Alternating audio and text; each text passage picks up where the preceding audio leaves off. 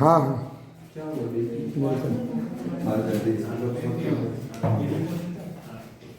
अच्छा पिछला बार अरे आप कर लें ठीक है, तो ध्यान से देखते हैं। तो देख पिछला बार हम लोग क्या डिस्कस कर चुके हैं, याद है ना सबको? तो पिछला बार हम लोग ऑलरेडी डिस्कस कर चुके हैं ग्राफ, याद है? मैंने बताया था कि अगर आप करंट वर्सेस वोल्टेज ग्राफ बनाते हो तो कैसा बनता है, ये देखिए। ये हमारा वोल्टेज है, ठीक है, इधर का वोल्टेज फॉरवर्ड बायसिंग है और इधर का वोल्टेज रिवर्स बायसिंग है। क्लियर? ये हमारा करंट लाइन है। क्लियर? आई। अच्छा ये कौन सा करंट है बताओ, ये कौन से कैरियर के कारण वाला करंट रिप्रेजेंट हो रहा है? मेजॉरिटी या माइनॉरिटी? मेजॉरिटी। याद करो ये डिफ्यूजन करंट है, समझ में आया? और इधर कौन सा करंट है? माइनॉरिटी। याद करो ड्रिफ्ट करंट। इधर कौन सा करंट है? ड्रिफ्ट करंट है। याद आ रहा है ना? अच्छा बताओ मेजॉरिटी के करंट ज्यादा है, डिफ्यूजन करंट ज्यादा होता है या ड्रिफ्ट करंट? Diffusion current. तो डिफ्यूजन करंट का जो ऑर्डर होता है वो किसमें होता है? Milli ampere. ठीक है, डिफ्यूजन करंट चूंकि बहुत सारे लोगों के कारण हो रहा है और इसका ऑर्डर किस में है? मिली। जबकि यहाँ इधर वाला करंट का ऑर्डर क्या होता है? ये वाला करंट किस ऑर्डर में होता है? ये वाला करंट किस ऑर्डर में होता है? माइक्रो एम्पियर में होता है। ड्रिफ्ट करंट चूंकि माइनॉरिटी कैरियर के कारण है, ठीक है, तो इसका जो ऑर्डर है वो क्या है? माइक्रो है। क्लियर? अच्छे से समझ में आ गया? बहुत अच्छा। तो देख अच्छा इसका ऑर्डर तुम्हारा तो माइक्रो में है, इसमें तो कोई शक होना नहीं चाहिए। बहुत अच्छा, ये माइक्रो एम्पियर। अच्छा उसके बाद मैंने क्या बताया था याद करो, थोड़ा सा फॉर्मूले को अच्छे से समझो। मैंने बताया था कि अगर आप करंट और वोल्टेज का रिलेशनशिप देखना चाहते हो तो आपको बड़ा ही इंटरेस्टिंग फंडा दिखेगा। याद आ रहा है? मैंने बताया था ना। तो देखो अगर आपका वोल्टेज फॉरवर्ड बायसिंग है तो करंट किस तरह से बढ़ता है? बोलो एक्सपोनेंशियली। एक्सपोनेंशियली बढ़ता है। याद आ रहा है? समझ में आया? अच्छा जो करंट आपका एक्सपोनेंशियली बढ़ता है वो एक्सपोनेंशियली कुछ खास वोल्टेज के बाद से बढ़ता है। उस वोल्टेज को क्या कहते हैं? हाँ, threshold voltage, knee voltage, cut in voltage, पता नहीं लोग क्या क्या कहते हैं।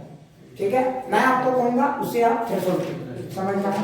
अच्छा अगर आपका वोल्टेज थ्रेशोल्ड से ज्यादा है, ध्यान से सुनो, तो करंट जो है वो एक्सपोनेंशियली ग्रोथ करता है। इसीलिए हम क्या लिखते हैं फॉर्मूला में? देखो E V by V T. समझ में आया? क्लियर? ये V क्या है बताओ? Voltage, applied voltage. और ये VT क्या है? Thermal voltage. समझ में? अच्छा ये जो VT है वो किस पे डिपेंड कर रहा है? अरे VT किस पे डिपेंड कर रहा है? टेम्परेचर पे। थर्मल वोल्टेज है भाई, समझ में आ रहा है? ये किस पे डिपेंड कर रहा है? Thermal voltage. समझ में आ रहा है? टेम्परेचर पे। क्लियर? अच्छा लॉजिक से सोचो, लॉजिक से सोचो, अगर टेम्परेचर ज्यादा है तो करंट बढ़ेगा या घटेगा? सोचो, टेम्परेचर ज्यादा है, टेम्परेचर ज्यादा है, डोपिंग में देखो, ठीक है, वो सेमीकंडक्टर का ये नहीं बोल रहे रेजिस्टिविटी क्या होगा, टेम्परेचर ज्यादा होने पे करंट क्या होगा? तो देखो VT ज्यादा हो जाएगा तो ओवरऑल करंट की वैल्यू घट जाएगा। बहुत अच्छा, समझ में आया? तो ये फॉर्मूला फील आता है। अच्छा ये तो था। और आपका अगर वोल्टेज लेस देन 0 है तो आपको एक ही वोल्टेज मिलता है IS। याद है? इस करंट को हम लोग क्या कहते हैं? Reverse saturation current. ये पढ़ना नहीं है, याद रखना। तो फिर बोलेंगे काहे बता रहे इतना बैंड बाजा बजा था, बस ऐसे फीलिंग के। क्लियर? अच्छा एक बात बताओ, अगर मुझे एक ग्राफ बनाना है तो जरा सोचो V = 0 पे करंट तो 0 होना चाहिए। अरे भाई 0 होना चाहिए ना। तो मुझे इन दोनों को इस तरह से सेटिस्फाई करना है कि करंट 0 हो जाए। समझ में आया? तो एक बात बताओ, V = 0 पे करंट 0 कैसे करेंगे? तो V जब पॉजिटिव लेंगे तो ये वाला एक्सप्रेशन लिखना चाहिए, V निगेटिव लेंगे तो ये वाला एक्सप्रेशन लिखना चाहिए। मतलब दोनों एक्सप्रेशन होने चाहिए कि नहीं? अरे होने चाहिए कि नहीं? अच्छा ये एक्सप्रेशन पॉजिटिव में होना चाहिए। हाँ समझ में आ रहा है ना? तो ये एक्सप्रेशन देखो, अगर नॉर्मली बात करें तो I की वैल्यू 0 होनी चाहिए, V = 0। तो अगर इन तीनों को हम देखें तो मुझे फॉर्मूला एकदम क्लियर समझ में आता है। ध्यान से सुनो, करंट का अगर एक्सप्रेशन लिखोगे तो मुझे ये भी दिखना चाहिए, ये भी दिखना चाहिए और ये भी दिखना चाहिए। तो बताओ जिस समय वोल्टेज ग्रेटर देन 0 है, जिस समय आप फॉरवर्ड बायसिंग करो, करंट इस एक्सप्रेशन के साथ आना चाहिए कि नहीं? तो प्लस में, तो देखो एक ये एक्सप्रेशन दिखना चाहिए EV/VT। समझ में आया? एक और चीज याद रखना, आपको थर्मल वोल्टेज नहीं पढ़ना है, ठीक है, इसलिए एग्जाम में हो सकता है कि वो कुछ कांस्टेंट लगा के दे। क्लियर? अच्छा अब ये तो हो गया हमारा EV/VT। अच्छा ये दिख रहा है। अच्छा एक बात बताओ, ये दिखना चाहिए कि नहीं? ये भी दिखना चाहिए। तो प्लस में या माइनस में? माइनस में। तो ये हो गया -IS। समझ में आया? लेकिन एक बात बताओ, मुझे जीरो पे तो जीरो भी दिखना चाहिए ना, तो बताओ इसमें क्या करें कि जीरो पे जीरो दिखे? तो देखो जिस समय v की वैल्यू जीरो लेंगे उस समय तो ये 1 हो जाएगा, तो 1 माइनस आई एस है, मतलब ये जीरो तो नहीं दिख रहा है, तो क्यों ना हम इसके आगे एक आई एस लगा दें। जैसे ही आप आई एस लगा दोगे, देखो अब ये सारे सिचुएशन को सेटिस्फाई कर रहा है, समझ में आ रहा है नहीं आ रहा? मतलब करंट का जो जनरल एक्सप्रेशन होगा यही होगा। क्लियर? तो अगर आप देखो करंट का जो जनरल एक्सप्रेशन आएगा I is equal to I S E का power v by V T minus 1। क्या ये सबको समझ में आया? तो ये हमारा करंट का जनरल एक्सप्रेशन समझ में आया। मतलब खास बात क्या, ध्यान से देखो, तुम जरा एक चीज सोचो, एक सेकंड लिखना, तुम जरा सोचो आई एस किस ऑर्डर में है बताओ? अरे आई एस किस ऑर्डर में है? बोलो आई एस किस ऑर्डर में है? आई एस माइक्रो के ऑर्डर में, और आई किस ऑर्डर में? मिली के ऑर्डर में। मतलब बताओ माइक्रो से मिली टाइम मल्टीप्लाई हो रहा है, मतलब ये वाली वैल्यू लगभग कितनी टाइम ज्यादा है? 10 पावर 3। समझ में आया? अच्छा तो 10 पावर 3 अगर ये ज्यादा है तो उसमें एक सब्ट्रैक्ट कर दो या हटा दो, कोई फर्क पड़ता है? इसीलिए सिर्फ इस करंट का अगर एक्सप्रेशन कभी किताबों में देखोगे तो पता है इस करंट को सिर्फ किताब में कैसे लिखते हैं, बोल देते हैं ये एक्सपोनेंशियल है, और वो सिर्फ ऐसे लिखते हैं आई एस ई का पावर v वी टी। समझ में आया? 1 को क्यों नहीं लिखे, समझ में आया ना? अरे जब देखो समझो बात को, हजारों के सामने 1 का कोई वैल्यू नहीं, तो ये हो गया हमारा जनरल एक्सप्रेशन। समझ में आया? और जरा सोचो जब रिवर्स बायसिंग करते हो तो ये वाला वैल्यू निकलता है। क्लियर? और ये हमारा क्या है? अच्छे से समझ में आ गया। अब यहाँ पे एक और खास बात है, देखो डायोड के साथ आपको इतना लगाव क्यों है ये समझो। तो तुम ध्यान से देखो, डायोड जो है फॉरवर्ड बायसिंग में, इसका मतलब जो जंक्शन में जो खेल होता है ना बाउंड्री में, वही उसी कारण से आपको डायोड से मोहब्बत करना बनता है। तुम ध्यान से देखो, डायोड को जब फॉरवर्ड वोल्टेज दोगे तुरंत करंट को ऑन कर देगा, है ना? और जब रिवर्स वोल्टेज दोगे करंट को ऑन नहीं होने देगा, जो थोड़ा सा करंट लीकेज हो रहा है वही होगा, ये बोलेगा भैया हम जाने नहीं देंगे। मतलब डायोड जो है ना बहुत अच्छे तरीके से पहचानता है कि अगर करंट का डायरेक्शन उसके एरो के साथ मैच कर रहा है जाइए, और अगर करंट का डायरेक्शन अपोजिट से आ रहा है मत जाइए, आप यहीं बाहर खड़े रहिए। बात समझ में आ रहा है ना? तो डायोड को इसी कारण से स्विचिंग के दौर में बहुत जबरदस्त तरीके से यूज किया जाता है। अब अच्छा ठीक है, अब तो लोग बोलेंगे हाँ सर ये तो समझ में आ गया, लेकिन अब तुम बोलोगे यहाँ पे देखो करंट और वोल्टेज के रिलेशनशिप को देखो, क्या करंट और वोल्टेज के बीच में लीनियर रिलेशनशिप है क्या? ये लीनियर है या नॉन लीनियर है? नॉन लीनियर है। बात समझो, जबकि ओम्स लॉ में क्या होता था, करंट बढ़ाते थे वोल्टेज बढ़ता था, तो वोल्टेज और करंट के बीच में एक स्ट्रेट रिलेशनशिप होता था। अरे होता था ना भाई। इसका मतलब अगर आप जरा देखो डायोड को ऑब्जर्व करो तो डायोड भी एक रेजिस्टेंस है, ऑब्वियस सी बात है, देख के तो लग रहा है कि करंट और वोल्टेज के बीच में रिश्ता है, मतलब डायोड भी एक रेजिस्टेंस जैसा बिहेवियर दिखा रहा है। लेकिन डायोड का रेजिस्टिव बिहेवियर जो है जरा ध्यान से देखो, हाँ एक ओमिक रेजिस्टेंस से बिल्कुल अलग है। ओमिक रेजिस्टेंस में क्या होता था, वोल्टेज बढ़ाते थे करंट बढ़ता था, वोल्टेज बढ़ाते थे करंट बढ़ता था ना, और जिस रेट से वोल्टेज बढ़ाते थे उस रेट से करंट बढ़ता था। लेकिन डायोड बिल्कुल अलग सिचुएशन से करता है, आप जिस रेट से वोल्टेज बढ़ाओगे कोई गारंटी नहीं कि करंट उसी रेट से बढ़े, हो सकता है कभी करंट बमा के बढ़ जाए और हो सकता है कभी करंट बढ़े ही ना। समझ में? मतलब डायोड एक वेरिएबल रेजिस्टेंस तो दे ही रहा है, समझो डायोड एक क्या कर रहा है, वेरिएबल रेजिस्टेंस दे रहा है, पहला इंपॉर्टेंट पॉइंट। और डायोड वेरिएबल रेजिस्टेंस के साथ साथ नॉन लीनियर भी, समझने की कोशिश करो, ये नॉन लीनियर रेजिस्टेंस है, मतलब नॉन ओमिक रेजिस्टेंस है। क्लियर? यहां तक समझ में आ गया? अच्छा जरा सोचो, अगर किसी को इंटरेस्ट होता है कि सर मैं डायोड का एक ऐसी मतलब एक फॉर्मूला, देखो यहाँ पे एडवांस में अच्छे सवाल आ सकते हैं, सोचो क्यों, यहाँ करंट और वोल्टेज के बीच में रिलेशनशिप, तो एडवांस में सिर्फ एडवांस में देखो जेई नीट और बोर्ड के लोग इस पार्ट को इग्नोर कर सकते हैं, लेकिन हाँ जेई में कोई गारंटी नहीं, अच्छे सवाल में आपको दिख जाए, ठीक है, हाँ दिख सकता है मे बी, तो थोड़ा सा इस पर फोकस करना बनता है। अब चलो तुम सोचो करंट और वोल्टेज के बीच में रिश्ता है, कोई तुमसे ये पूछ सकता है कि नहीं कि बताओ अगर डायोड रेजिस्टेंस शो कर रहा है तो what is the value of the resistance offered by that diode, तो बताओ डायोड हर सिचुएशन में अलग-अलग रेजिस्टेंस दे रहा है कि नहीं? अगर डायोड हर सिचुएशन में अलग-अलग रेजिस्टेंस दे रहा है तो मेरा मन कर सकता है कि नहीं, पूछ सकता हूं ना मैं, भाई बताओ what is the resistance of this circuit, तो तुम ध्यान से देखो ये रेजिस्टेंस निकालने का भी एक टेक्निक हो गया करंट और वोल्टेज का। अच्छा तुम बोलोगे सर ये क्यों पढ़े, ये तो सिलेबस में नहीं। अरे मूर्खों जरा सोचो, करंट और वोल्टेज के बीच में रिलेशनशिप है ना, अगर कभी एग्जाम में आ गया करंट और वोल्टेज के बीच में रिलेशनशिप और रेजिस्टेंस निकालने के लिए आ गया तो ये टेक्निक काम आएगा ना भाई, समझने की कोशिश करो, ठीक है। तो कुछ लोग सर बहुत आसान है।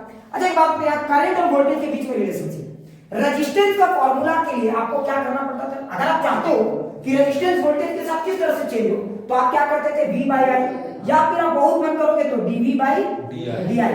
अच्छा dV बाई डी आई क्यों लिख रहे हैं?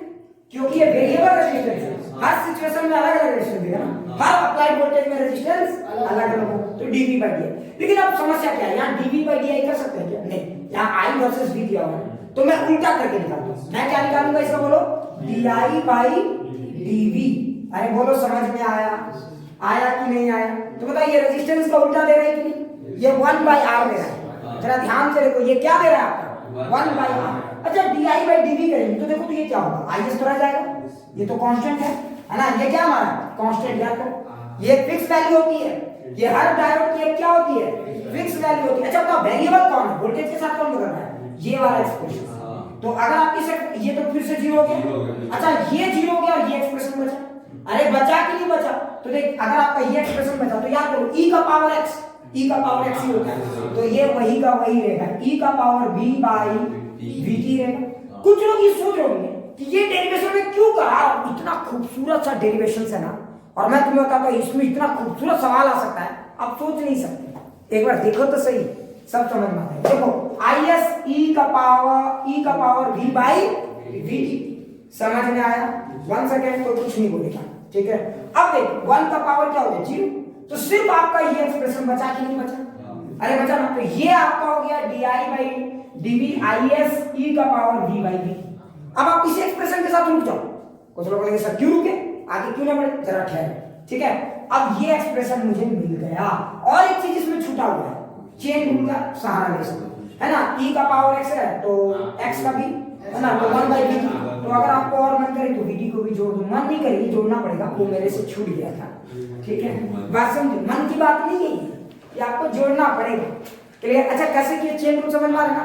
पहले x e का पावर x का डिफरेंशिएशन, e का पावर x, फिर x को फिर से तोड़ दिए, ओपन करके उसको डिफरेंशिएट किए, तो v का तो 1 और बचा vt, तो di by dv is equal to is by vt e का पावर v बाई vt। एक सेकंड कोई नहीं लिखेगा, सुनो ना, सुनो मजा आ जाएगा देखने। अच्छा अगर इस एक्सप्रेशन को देखोगे, अब बताओ तुम सोचो, ये हो गया ना हमारा, एक कॉमन सेंस से बताओ, अगर v का वैल्यू लेस देन 0 है, क्या इसके लिए मुझे सॉल्व करने की जरूरत है क्या? बताओ जिस समय हमारी वैल्यू v की वैल्यू लेस देन 0 है, जिस समय हमारा डायोड रिवर्स बायस्ड है, बताओ मुझे कैलकुलेट करने की जरूरत है क्या? नहीं कैलकुलेट करने की जरूरत है। क्यों नहीं? क्योंकि भैया आप तो वोल्टेज बढ़ा रहे हो लेकिन करंट में कोई चेंज नहीं आ रहा, तो भैया उसके लिए तो कॉमन सेंस कहता है कि रेजिस्टेंस क्या होगा? Tending to infinity. ये तो भाई सॉल्व करने की जरूरत ही नहीं है मुझे। अरे क्या कोई गधा ही होगा जो इसको सॉल्व करेगा? देखो आप करंट तो बढ़ ही नहीं रहा है, वोल्टेज में तो आप बमबमा के चेंज ला रहे हो, वोल्टेज चेंज करो लेकिन करंट नहीं चेंज हुआ। अच्छा मतलब कौन ऐसा होगा जिसका वोल्टेज बढ़ा लो, बहुत मनोबल करो भैया जाने दो और वो बढ़ा नहीं जाने दो, मतलब इनफाइनाइट रेजिस्टेंस, समझ में आया? तो रिवर्स बायसिंग में तो इनफाइनाइट होता है। मेरा मेन इंटरेस्ट क्या है, आप समझ में आ रहा है? Forward biasing. मेरा मेन इंटरेस्ट क्या है? फॉरवर्ड। तो इस फॉर्मूले को अगर आप अप्लाई करना चाहोगे तो कहां अप्लाई करोगे? फॉरवर्ड बायसिंग, क्योंकि ये फॉर्मूला वैलिड कब है? Forward biasing. ऐसा ये सब में वैलिड है, सब में वैलिड है ये फॉर्मूला, समझो। लेकिन लगभग इसमें कांस्टेंट है, तो ये भी वैल्यू एग्जैक्ट के बजाय इंफिनिटी ले लिए तो थोड़ा बहुत एरर चलेगा, समझ में आया? अच्छा अब मैं जानना चाहता हूं कि यहाँ पे देखो वोल्टेज बढ़ रहा है, करंट बढ़ रहा है, यहाँ पे ऐसा हो रहा है ना, वोल्टेज चेंज हो रहा है, करंट चेंज हो रहा है। अच्छा एक बात बताओ, क्या हर बार सेम तरीके से वोल्टेज और करंट में चेंज हो रहा है या अलग अलग तरीके से? अलग अलग तरीके से, यानी कि इस पूरे इलाके में डायोड सेम रेजिस्टेंस दे रहा है या अलग अलग? अलग अलग, मतलब डायोड एक वेरिएबल रेजिस्टेंस ऑफर करता है, समझ में? रियलिटी में हाँ वो वेरिएबल रेजिस्टेंस क्या होगा? टेंडिंग टू 0 होगा, बहुत कम रेजिस्टेंस देता है लेकिन ऑफर करता है, समझ में आया? अच्छा अब जरा सोचते हैं कि क्या होगा। अच्छा इस फॉर्मूले को देखो, एक साथ लिखना मत, कोई लिखने की जरूरत संतोष कपड़ा होगा बाहर, ठीक है। अच्छा अब मेरे को मन कर रहा है कि क्या होना चाहिए रेजिस्टेंस का फॉर्मूला। अच्छा देख IS e का पावर v बाई vt को सिर्फ I भी बोला जा सकता है, याद करो। अरे IS e का पावर v बाई vt को सिर्फ I भी बोला जा सकता है, अब कुछ लोग सोच रहे होंगे कैसे दिखाता हूं। अरे देखो वो जादू देखो, I इज इक्वल टू क्या था, IS e का power v by dt minus IS। तो इसको क्या बोल सकते हो, यही खूबसूरती है इस इक्वेशन की खूबसूरती देखो। तो आप क्या लिख सकते थे, I plus IS is equal to IS e का पावर v बाई dt। अच्छा एक कॉमन सेंस से बताओ ये किस ऑर्डर में है, अरे ये मिली एम्पियर के ऑर्डर में, ये किस ऑर्डर में, तो क्या इसको ऐड करना और नहीं करना कोई फर्क पड़ता है क्या, नहीं पड़ता ना, मतलब इस वैल्यू को सिर्फ ये लिखा जा सकता है कि नहीं, अब समझ में आया। देखो अगर ये फंक्शन आ गया एग्जाम में तो इतना बुद्धि तुम वहां नहीं लगा पाओगे, उलझ के रह जाओगे। अगर तुम्हें यकीन नहीं है खुद से करके देखो, ठीक है। अब जरा सोचो तो मैं सिर्फ आई क्यों ना लिख दूं, तो इसको पूरा मैं लिख सकता हूं D I by D V is equal to, समझ में आ रहा है ना, तो आई बाई वी टी। ध्यान से देख, अच्छा इसमें कौन सी वैल्यू फिक्स है, we T, thermal voltage fix होगी और ये वैल्यू आपको एग्जाम में दे दिया जाएगा। सो डोंट टेक टेंशन, ये सब रटना नहीं है, फंक्शन भी दे दिया जाएगा, पूरा इक्वेशन दे दिया जाएगा, आपको खाली क्या सीखना है, समझ में आ रहा है, इसको यूज कैसे करना है। अच्छा देख अगर आप इसको उल्टा करोगे तो dv बाई di क्या बन जाएगा बोलो, vt बाई i, समझ में आया, यही हो गया आपका रेजिस्टेंस का फॉर्मूला फॉर डायोड। अब एक सेकंड कुछ लोग बोलेंगे सर थोड़ा सा और इसमें मान लो बढ़ा दिया जाए, है ना, थोड़ा सा और देखते हैं, जूम करते हैं इस फॉर्मूले को, ठीक है। तो थोड़ा सा और देखोगे तो देखो यही हो गया आपका रेजिस्टेंस, तो dv बाई di बेसिकली क्या हो जाएगा, तो थर्मल वोल्टेज की वैल्यू कितनी है, 26 मिली वोल्ट होती है, ये दिया रहता है, तो don't take tension, by current, ये हो गया आपका resistance of any diode. Clear.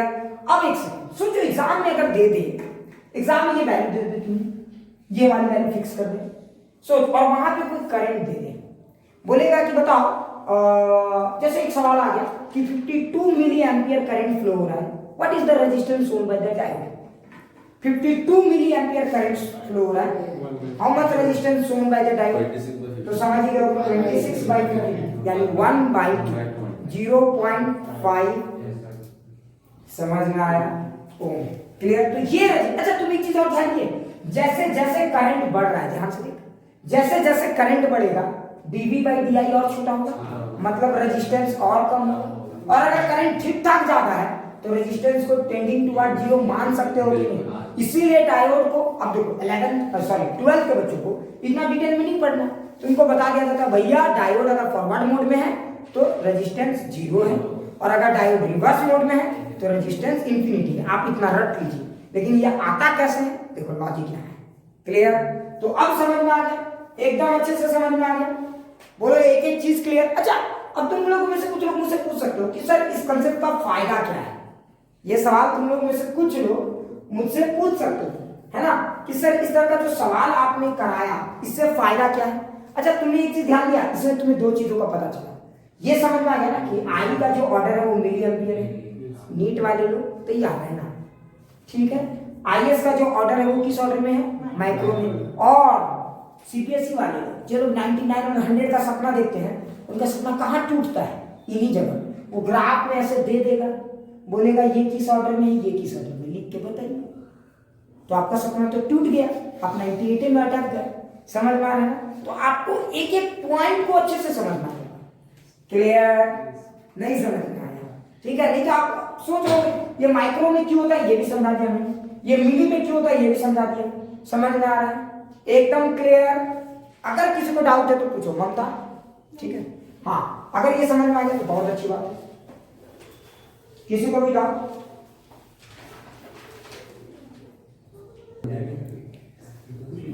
चलो अरे कम चलो थोड़ा सा ध्यान से सुनो, एक सवाल हम कराते हैं, प्लीज आराम से समझो। मान लो मैंने आपको एक करंट का एक्सप्रेशन दिया, देखो अब आप लोग समझो कैसे बनाया जाता है, एग्जाम में कैसे आएगा। करंट का एक्सप्रेशन दे दिया, करंट का एक्सप्रेशन मैंने दे दिया, I इज इक्वल टू, ठीक है, IS e का power V by 20 milli volt. अब समझ में आ गया होगा हम क्या करेंगे, -1, ये मैंने करंट का एक्सप्रेशन दे दिया। क्लियर।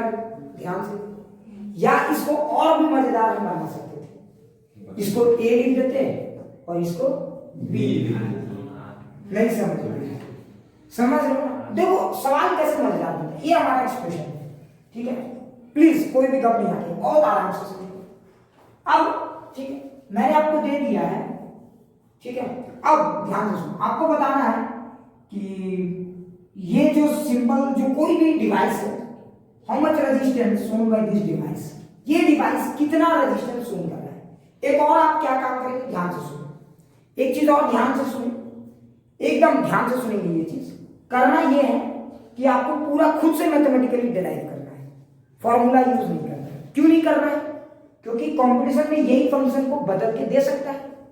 तो जो लोग कंपटीशन की अच्छे से तैयारी करो वो खुद से डिराइव करें एक पार्ट, समझे, और जहां फंसेंगे अब मेरा जरूरत होगा। समझ में आया? देखो आर की वैल्यू बताना, what is the value of R when I is equal to, समझ में आया, I is equal to 200 milli ampere, ठीक है। When I is equal to 200 milli ampere, और आई एस ये फिक्स होता है, आई एस है जो फिक्स है, दैट इज कुछ भी 20 माइक्रो एम्पियर।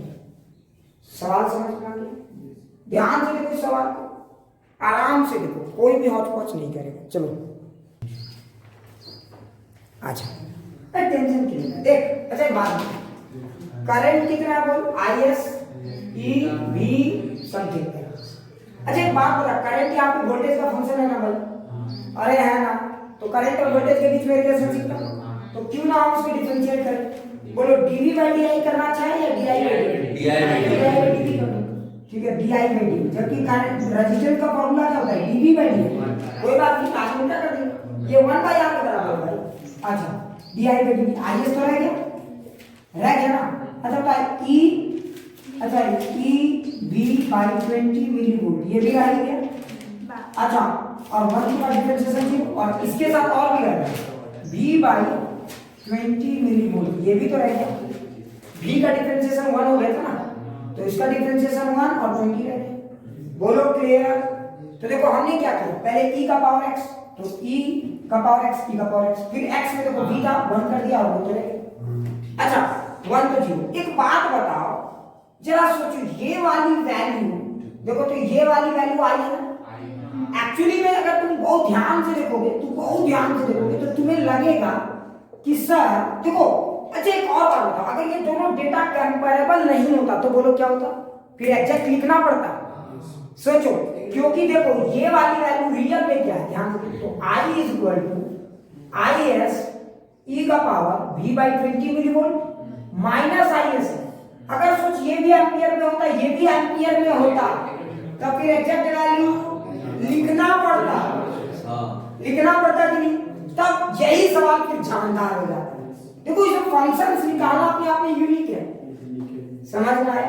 अब सोच ये वाली वैल्यू हमारी आ गई, तो उसको क्या लिख सकते हैं, देख, तो I plus I S by 20 milli volt, ये है हमारा रियल एक्सप्रेशन। समझ में आया? ये है हमारा रियल एक्सप्रेशन। लेकिन चूंकि हम यहाँ पे क्या है, देखो आई एस और आई के बीच में कोई कंपैरिजन नहीं है, इसलिए सिर्फ आई लिख रहे हैं। लेकिन अगर आई और आई एस में कुछ कंपैरिजन होता, मान लो 200 होता, ये 100 होता, तो फिर 300 लिखना पड़ता ना भाई। बातों को समझ पा रहे हो कि नहीं? तो अगर आप रेजिस्टेंस का फॉर्मूला देखें तो व्हाट इज रेजिस्टेंस, तो 20 milli volt by I plus I S, that the real expression. ये है रेजिस्टेंस ऑन बाय डायोड का रियल एक्सप्रेशन। देखो है ना मजेदार सवाल ये। अच्छा जरा सोचो, अगर ये सवाल कंपटीशन में आ गया तो तुम्हारा बुद्धि क्यों नहीं काम करता है? लॉजिक पहले समझो, पहले तो इस फंक्शन को देख के हटवा दो पहला। दूसरा ये होगा कि इस फंक्शन को डिफरेंशिएट करने के बाद वहां पे देखो करंट के टर्म में ही लिखना है, करंट के टर्म में ही लिखना है ना सब कुछ। और ये वैल्यू देखो तुम इतना वहां पे थोड़ा सा टाइम उस जगह पे बैठ जाने के बाद एफिशिएंसी कम हो जाती है कि इसको फिर से वापस वहां कन्वर्ट कर ले। नहीं समझो, वापस इस वैल्यू को क्या लिखे वहां तुम अटक सकते हो। तुम जरा ध्यान से देखोगे कि इस वैल्यू को वापस ये लिखा जा सकता है, ये वाली वैल्यू यहां से यहां लिखना ही अपने आप में एक चुनौती है कंपटीशन से, समझ में? अदरवाइज ऐसा नहीं कि बहुत यूनिक है। बोलो अच्छे से समझ में आ गया? अच्छा अगर एक बात बताओ, आप आईएएस को देखोगे तो लगभग ये 0 के आसपास है ना, मतलब उसके कंपैरिजन में तो 20 milli volt by 200 milliampere, ये वैल्यू कितनी आएगी, तो 0.1। मतलब कि डायोड जो है वो 0.1 ओम रेजिस्टेंस ऑफर कर रहा है अगर इस सिचुएशन की। बोलो अब क्लियर हो गया क्या? एक एक को एक एक चीज समझ में आ गया? अगर किसी को डाउट है तो पूछो। तो इस तरह से हमने बता दिया करंट और वोल्टेज के बीच का रिश्ता। क्लियर? तुम लोग को तब अच्छे से समझ में आ गया? किसी को भी डाउट है तो पूछो। चलो, अच्छा ये चीज अब हम समझ गए डायोड और वोल्टेज के बीच में रिश्ता। अब हम लोग समझेंगे कि डायोड से बेस्ट इक्वेशन कैसे बनाए जाते हैं। ठीक है, उसके बाद हम लोग समझेंगे कि डायोड को कुछ चालाक लोग हाफ वेव रेक्टिफायर की तरह यूज करते हैं और फुल वेव रेक्टिफायर की तरह यूज करते हैं। ठीक है, ऐसा कैसे कर सकते हैं, ठीक है, और क्यों करते हैं ये भी हम लोग देखेंगे। लेकिन पहले डायोड पर बेस्ट कुछ न्यूमेरिकल्स समझ लीजिए। क्लियर? अच्छा एक और चीज देखो, बड़ा इंटरेस्टिंग। अच्छा एक बात बताओ, किसी भी डायोड को देखो मार्केट में, जैसे देखो पढ़ना कुछ और होता है, रियल में होता कुछ होता है। जनरली जो डायोड्स हमारे पास होते हैं वो किसके होते हैं? सिलिकॉन वाले। अरे होते हैं ना भाई। लेकिन बताओ आप जो पढ़ते हो किताबों में दो तरह के डायोड का जिक्र पढ़ते हो, एक सिलिकॉन डायोड्स और एक आइडियल डायोड्स। कंफ्यूज मत होना। अच्छा बताइए दोनों डायोड्स में अंतर क्या है, मुझे बता सकते हैं? हाँ तो देखो, आइडियल डायोड उस डायोड को कहते हैं, ध्यान से सुनना, लिखना सिर्फ सुनते हैं।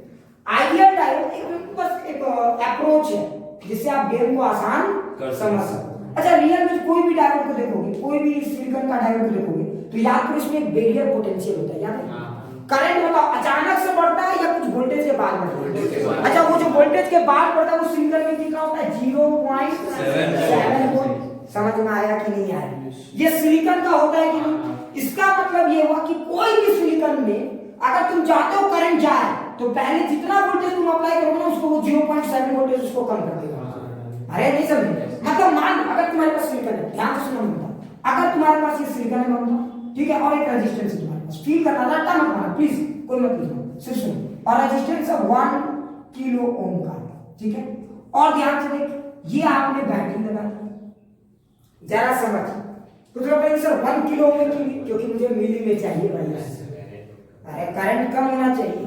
अच्छा जरा ध्यान से, अच्छा जरा सोच, मान लो कि आपने 5 वोल्ट लगाया, इमेजिन कर, या मान लो 5 किलो, हम 5 किलो लगाए, हम पहले लगाते हैं ममता, जरा ध्यान से सुन, 0.1 वोल्ट। बताओ करंट फ्लो करेगा कि नहीं करेगा? बताओ नहीं करेगा। क्यों नहीं करेगा? क्योंकि ये वोल्टेज उस बैरियर को तोड़ने के लिए काफी नहीं है। मतलब अभी हम फिलहाल किस इलाके की बात कर रहे हैं? यहाँ से यहाँ के बीच में या इधर की बात कर रहे हैं? यहाँ से यहाँ के बीच में, कहीं इधर ही, मतलब करंट उस रेट से अभी फिलहाल नहीं बढ़ा। अच्छा अगर तुमने इसको 0.4 कर दिया, बताओ करंट क्या अब बढ़ाना पड़ेगा? नहीं बढ़ेगा भाई, अभी भी इसने बैरियर को तोड़ा। अच्छा बताओ अब 0.7 कर दिया, बोलो अब जाके बैरियर टूटा है। अब इसके बाद जो भी तुम वोल्टेज लगाओगे, जरा समझो, अब करंट बढ़ेगा। अच्छा मान लो अगर तुमने 1 वोल्ट दिया, करंट अब बढ़ेगा कि नहीं? बढ़ेगा। लेकिन करंट को क्या सिर्फ डायोड डिसाइड करेगा या रेजिस्टेंस? अच्छा अब ये सिलिकॉन बताइए एक तरह से फ्री हो गया है कि नहीं? इसका रेजिस्टेंस लगभग कितना है? 0। लेकिन ये चूंकि सिलिकॉन का है, या तो ये 1 वोल्ट में से 0.7 वोल्ट खाएगा अपने बैरियर को 0 करने के लिए। मतलब बताओ इस रेजिस्टेंस का कितना वोल्टेज पहुंचेगा? 0.3। तो एक चीज हमेशा याद रखेंगे, अगर सिलिकॉन होगा तो 0.7 वोल्ट ड्रॉप कराएंगे हम। समझ में आया? बैटरी का 0.7 वोल्ट उसके बैरियर को तोड़ने में लग जाता है। समझ में? यही अंतर है सिलिकॉन और जर्मेनियम में। यही वैल्यू कितना होता है? 0.3 या फिर 0.2। कुछ बुक 0.2 लिखते हैं और कुछ बुक 0.3। इसको लेकर तुम फॉलो कर लेना डेटा। मैं 0.3 लिखता हूं। अगर यही आपका सिलिकॉन होगा, याद रखेंगे सिलिकॉन में ये ड्रॉप है 0.7। सिलिकॉन का तो याद रख लो भाई। अगर अब एक और चीज प्लीज रट्टा मत मारना, चाहे आप बोर्ड का एग्जाम देने जाओ, नीट का एग्जाम देने जाओ, सीबीएसई का एग्जाम देने जाओ, जेईई वाला, कोई भी एग्जाम देने जाओ, एक चीज जरूर ध्यान रखना, वो डायोड कौन से डायोड की बात कर रहे हैं, सिलिकॉन की या आइडियल? जर्मेनियम का बात नहीं करेगा, सो डोंट टेक। लेकिन वो देखो जरूर, डायोड लिखा बना के खुश मत हो जाओ। पहले ये देखो कि वो सिलिकॉन डायोड है या फिर आइडियल डायोड है। अगर सिलिकॉन डायोड है तो 0.7 वोल्ट वहां पे ड्रॉप करेगा। अब तो मुझे बताओ व्हाट इज द करंट? तुम्हें यकीन नहीं होगा, ये सवाल आ चुका है जेईई में, यही सवाल आ चुका है। हाँ कुछ भी था लेकिन था भाई, ये सवाल आ चुका है जेईई में, तुम्हें यकीन नहीं आ रहा होगा। इतना बेसिक सा सवाल जो कि हमारा बेसिक लेवल ही स्टार्टिंग, ठीक है। अब सोच, अगर कोई मुझे बताओ करंट कितना है भाई, पता निकाल सकते हो? अरे करंट निकाल सकते हो, बताओ करंट कितना? तो देखो 0.7 के आंसर आ गया, मतलब अब बैटरी इक्विवेलेंट कितना शो कर रहा है? 0.3। तो बताओ करंट की फॉर्मूला बन सकते हो ना। हाँ यानी कि इसको अपोज करके ऐसा होता है, अपोज करते हो ना बैरियर तो, अरे बैरियर एक तरह से अपोज कर रहा था, बैरियर क्या कर रहा था, अपोज कर रहा था। कितना वोल्ट का अपोज मारा था, 0.7। बैटरी की कितनी एनर्जी बेकार चली गई, 0.7 वोल्ट वाली एनर्जी, समझ में आया।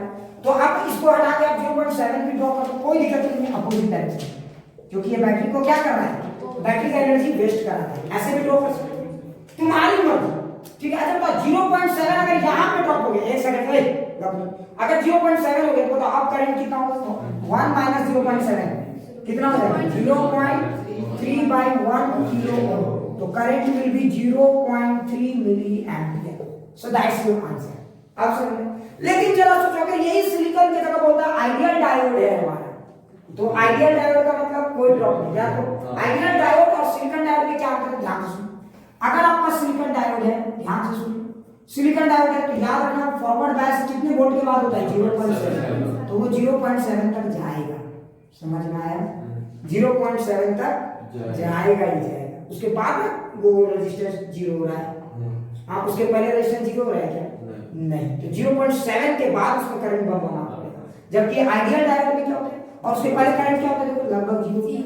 अरे करंट लगभग 0, इधर कितना वोल्टेज है तो करंट लगभग 0। देखो आइडियल एक मोटा मोटी बात है, लगभग 0 है, इसका मतलब ये मत समझना कि यहाँ पे ग्राफ रियलिटी में ये, ग्राफ रियलिटी में ये। लेकिन अगर कोई बोलेगा कि हम सबसे सिंपलेस्ट ग्राफ बनाए सिलिकॉन का, ये ग्राफ हो गया 0.7 के बाद करंट बम बढ़ गया। देखो ये बच्चों के समझाने में बहुत आसान है, एकदम 0.7 के बाद करंट बम बढ़ गया और 0.7 के नीचे करंट बढ़ गया, नहीं समझ, ये सिंपलेस्ट वे, समझ में आया। तो सिलिकॉन का अच्छा, जब भी तुम आइडियल डायोड का बात करोगे ग्राफ कैसा होना चाहिए बताओ, आइडियल डायोड के लिए ग्राफ कैसा होना चाहिए, तो देखो 0 के जस्ट ऊपर बमामा के और 0 के जस्ट नीचे ऐसे। तो ये इसका वोल्टेज वर्सेस करंट, ये किसका है, आइडियल। एक चीज, तो आइडियल डायोड में कोई ड्रॉप नहीं होता, आइडियल डायोड 0, ठीक है। वो एक बस प्रैक्टिकल एसम्पशन, ऐसा कोई डायोड मिलता है क्या मार्केट में, नहीं मिलता, ठीक है। ट्रांजिएंट फिजिक्स के मार्केट में भी नहीं मिलता, डोंट टेक दैट। हाँ नेचर से ऊपर हम लोग नहीं जा सकते ना, क्लियर। मिटा दें, एक एक चीज समझ में आ रहा है, बहुत घटिया पढ़ा रहा हूँ क्या मैं, ठीक है। चलो अब एक दो न्यूमेरिकल्स करते हैं, शायद आपको थोड़ा फील आ जाए, है ना। तो सिलिकॉन और आइडियल डायोड में क्या अंतर समझ में आ गया, कंसेप्ट पूरा क्लियर। चलो एक दो न्यूमेरिकल करते हैं अच्छे वाले, ताकि आपको थोड़ा फील आए। चलो ध्यान से सुनो, कोई गधेड़ा जो नहीं करेगा, देखते हैं।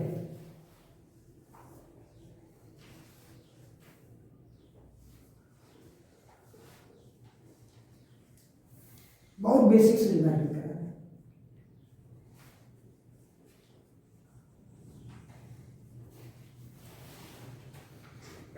देखो ये वाला, ठीक है, 2 ओम, 3 ओम, 4 ओम, ठीक है, 12 वोल्ट। सिलिकॉन सिलिकॉन दे देते, आइडियल दे देते, आइडिया नहीं देते, ज्यादा तेज नहीं। हर बार वो मैं डिसाइड करूंगा कब मुझे आइडिया देना और कब ये प्रैक्टिस में रहेगा। हाँ नहीं समझे, रैंडम रहेगा तो प्रैक्टिस में रहेगा, नहीं तो एक ही आइडिया में रहेगा ना तो बस वही दिमाग में बैठा रहेगा, फिर एग्जाम में होगा उसी से बना के आ जाओगे। इसलिए रैंडम समझते हो ना, हेड टेल करके रहेगा, हेड आएगा तो सिलिकॉन और टेल आएगा तो आइडिया, एक सिक्का निकाल के रखेंगे सारे, ठीक है। चलो बताइए करंट कितना फ्लो कर रहा है इसमें से, यहाँ पे बताओ A1, यहाँ पे आर्मीटर 1 की रीडिंग बताओ, आर्मीटर 2 की रीडिंग, आर्मीटर 3 की रीडिंग, फटाक से बताओ reading show by ammeter 1, ammeter 1, ammeter 2, ammeter 3, फटाक से इन एमीटर्स की रीडिंग को बताइए।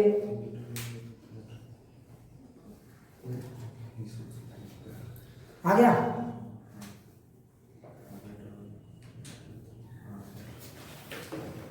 आ गया आंसर, क्या आ गया आंसर, कितना कितना आया,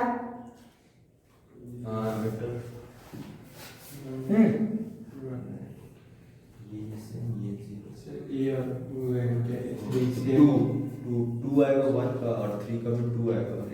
ये अच्छा ये सब यूनिट चेक कर लेना, वो सब किलो में रहता है, ठीक है। तो अभी फिलहाल समझ लो ना, बातों को समझो, मास्टर के पीछे नहीं पड़ जाना है, मास्टर गलत पढ़ा है, ठीक है। बताइए इसका आंसर क्या, हाँ 2 0 2 202 चेक करते हैं। अच्छा एक बात बताओ, करंट गया, गाना गाते हैं तरम पम बम पम बम पम, उसके बाद गाना बंद। अरे रिवर्स बायस है बाहर, ओपन सर्किट कहानी फुस, करंट अब ऐसे ही जाएगा। अच्छा ये गया तो ये कौन सा बन गया? ये बन गया क्या बन गया? Short circuit. क्या बन गया? Short circuit. अच्छा आइडियल डायोड है तो यहाँ पे 0.7 ड्रॉप दिखाएंगे या नहीं दिखाएंगे? नहीं दिखाएंगे, सीधा आगे बढ़ जाएंगे। समझ में आया? ऐसे ही देखो अभी तुम लोग को एक से एक तगड़ा सीधा ग्राउंड से डाउन टेक्टर से देखो, अब चला गया ऐसे टिंग टिंग टिंग टिंग टिंग, यहाँ तक समझ में आ गया? चलिए बताइए करंट कितना?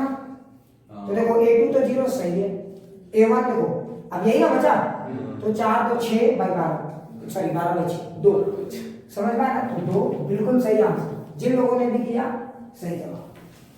ठीक है, कंसेप्ट क्लियर हो गया? डाउट है? हाँ मान लीजिए आप बोल रहे कि रियल आती आइडियल की जगह रियल लेते हैं और तो उसका भी तो कुछ रेजिस्टेंस होता है डायोड का। आइडियल की जगह, अरे उसको नेगलेक्ट करते बहुत कम होता है। अच्छा किलो ओम था और उसके सामने, अगर मान लीजिए डायोड कभी कभी रेजिस्टेंस दे देता है। ठीक है देखो रियलिटी में किसी भी डायोड का अगर तुम बात करोगे तो डायोड के पास रियलिटी में क्या क्या चीजें हैं समझिए। ये डायोड है हमारा, कौन सा डायोड है? ये हमारा सिलिकॉन। चलिए इस सिलिकॉन डायोड के पास दो गुण हैं, एक तो ये वही वोल्टेज को अपोज मार रहा है और क्या कर रहा है? एक रेजिस्टेंस ऑफर कर रहा है। या तो अगर आप इसका रियल पिक्चर इक्विवेलेंट पिक्चर बना दो, इक्विवेलेंट से तो ना सर्किट डायग्राम बना दो रियल, जो कि 12th में नहीं पढ़ना है, मैं सच बता रहा हूं 12th में नहीं पढ़ना है, लेकिन रियल सर्किट बनाओगे तो ये पता है कैसा दिखेगा? ये 0.7 वोल्ट और तुम्हें यहां पे एक R, समझ में आ गई? क्लियर? ये दिखेगा और उसके बाद फिर एक ये दिखेगा। अब कुछ लोग बोलेंगे सर ये बना दिया फिर ये क्या? ये आइडियल डायोड है। अब समझ में आया? ये आइडियल डायोड है। देखो तुम लोग को बुर्बक बना रहे हैं। देखो ये इसका रियल पिक्चर समझ में आ गया? अब जैसे एग्जांपल समझो, एक सेकंड, अगर सिर्फ तुम आइडियल डायोड की बात करते हो तो मतलब हम ये दोनों को हटा दें, समझो। अगर तुम आइडियल डायोड की बात करते हो तो इन दोनों को हटा दें तो सिर्फ ये बचेगा। समझ में आया? क्लियर? और ये आइडियल, ये रियल पिक्चर है इसका। क्लियर? लेकिन अब तुम सोचो, अगर तुम एग्जाम में जाते हो या कहीं अपने 12th के बुक्स को देखते हो तो 0.7 तो सिलिकॉन में दिखता है, लेकिन R इतना कम है, R की वैल्यू कितना अभी जस्ट बताया था, सब कुछ तो पढ़ा चुके हैं। R की वैल्यू देखोगे तो 26 MB बाई I, ये R की वैल्यू है। समझ में? और ये जो रेजिस्टेंस है ना ये कुछ ओम में है और वहां जो एक्सटर्नल लोड रेजिस्टेंस है वो किलो ओम में है, तो उसके कंपैरिजन में ये बहुत कम है, इसीलिए लोग इसको ड्रॉ नहीं करते। अब समझ में? क्लियर? अच्छे से समझ में आ गया? या किसी को डाउट?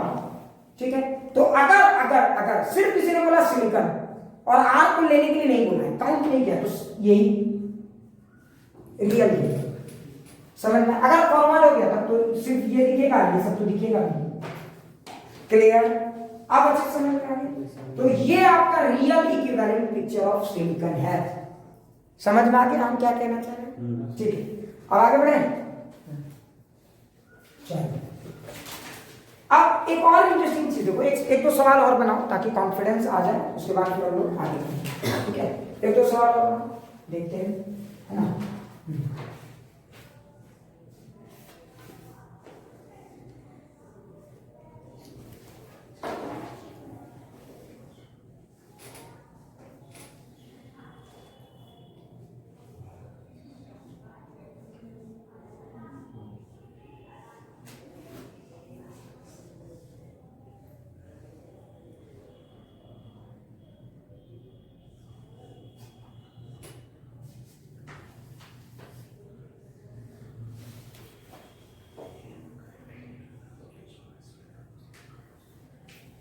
ठीक है, इस पिक्चर को देखो एक सेकेंड।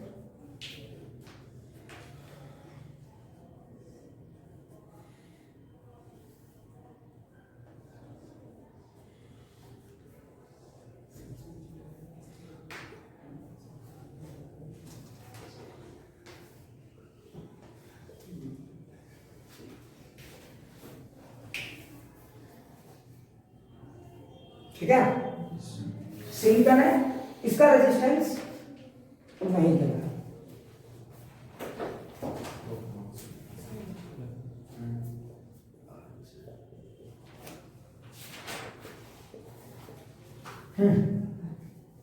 चलो अब अच्छे समझ में आ गया। देखो इसको, ठीक है, कैपेसिटर 2 फैराड। सवाल क्लियर है? चलो बताओ, current supplied by the battery, I supplied by the battery, V की वैल्यू है 7 वोल्ट, V की वैल्यू है 7 वोल्ट, ठीक है। Current supplied by the battery and 4 ohm capacitor, ठीक है।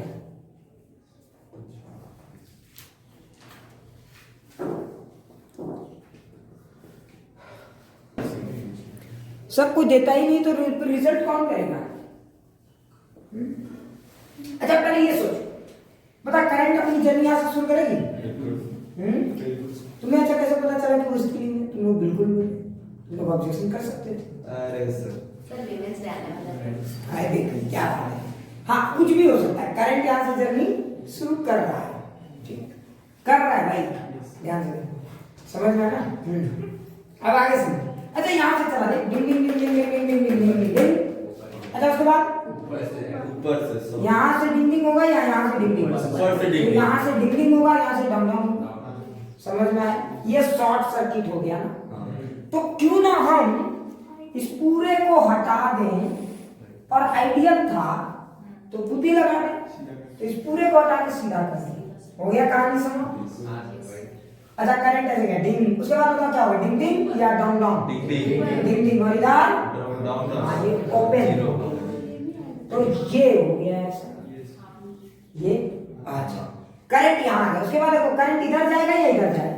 उधर जाएगा, इधर जाएगा, लेकिन ये सिलिकॉन है भाई, तो यहाँ पे वोल्टेज का ड्रॉप होगा, या तो ऑपोजिट डायरेक्शन में बैटरी को अपोज करेगा, या तो 0.7 वोल्ट, तो यानी यहाँ पे कितने वोल्ट का मिलेगा? 0.7 वोल्ट का। बैटरी जैसा समझ, बैटरी जैसा समझ लो।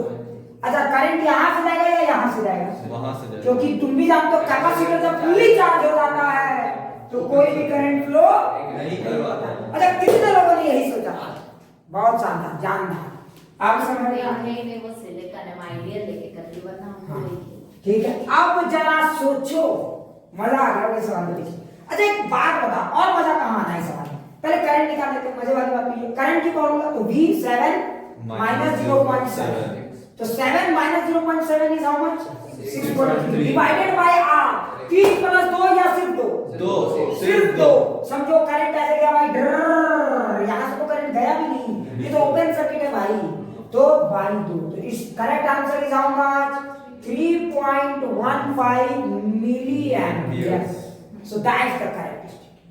मजा आ गया। अच्छा अगर करंट हमारा इतना फ्लो किया, अब जरा सोच, लॉजिक लगा, अब जरा सोच, क्योंकि यहाँ पे 0.7 है, तो बता यहाँ पे कितना होगा? 0.7। अच्छा एक बात बता, यहाँ पे कोई वोल्टेज ड्रॉप हुआ है क्या? नहीं हुआ है भाई, जरा सोचिए, ओपन सर्किट था ना। तो अगर ये मान लो समझाने के लिए बताओ, ये 0 तो ये भी 0, तो ये 0.7, तो ये भी तो 0.7, बताओ यहाँ पे कितना होता? 0.7 ही होता, क्योंकि करंट तो फ्लो ही नहीं हुआ। करंट याद करो, अगर किसी रेजिस्टेंस में करंट का फ्लो नहीं होता तो उसके अक्रॉस वोल्टेज ड्रॉप नहीं होता। हाँ। तो मतलब ये सारा का सारा वोल्टेज यहाँ आ गया। ऑब्वियस बात है, जब ये और ये वोल्टेज सेम होगा तभी ना करंट का फ्लो नहीं होगा रे भाई। कॉमन सेंस लगा लो, नॉनसेंस लो। अब जरा बताओ, ये भी 0, तो बताओ what is potential difference across this capacitors?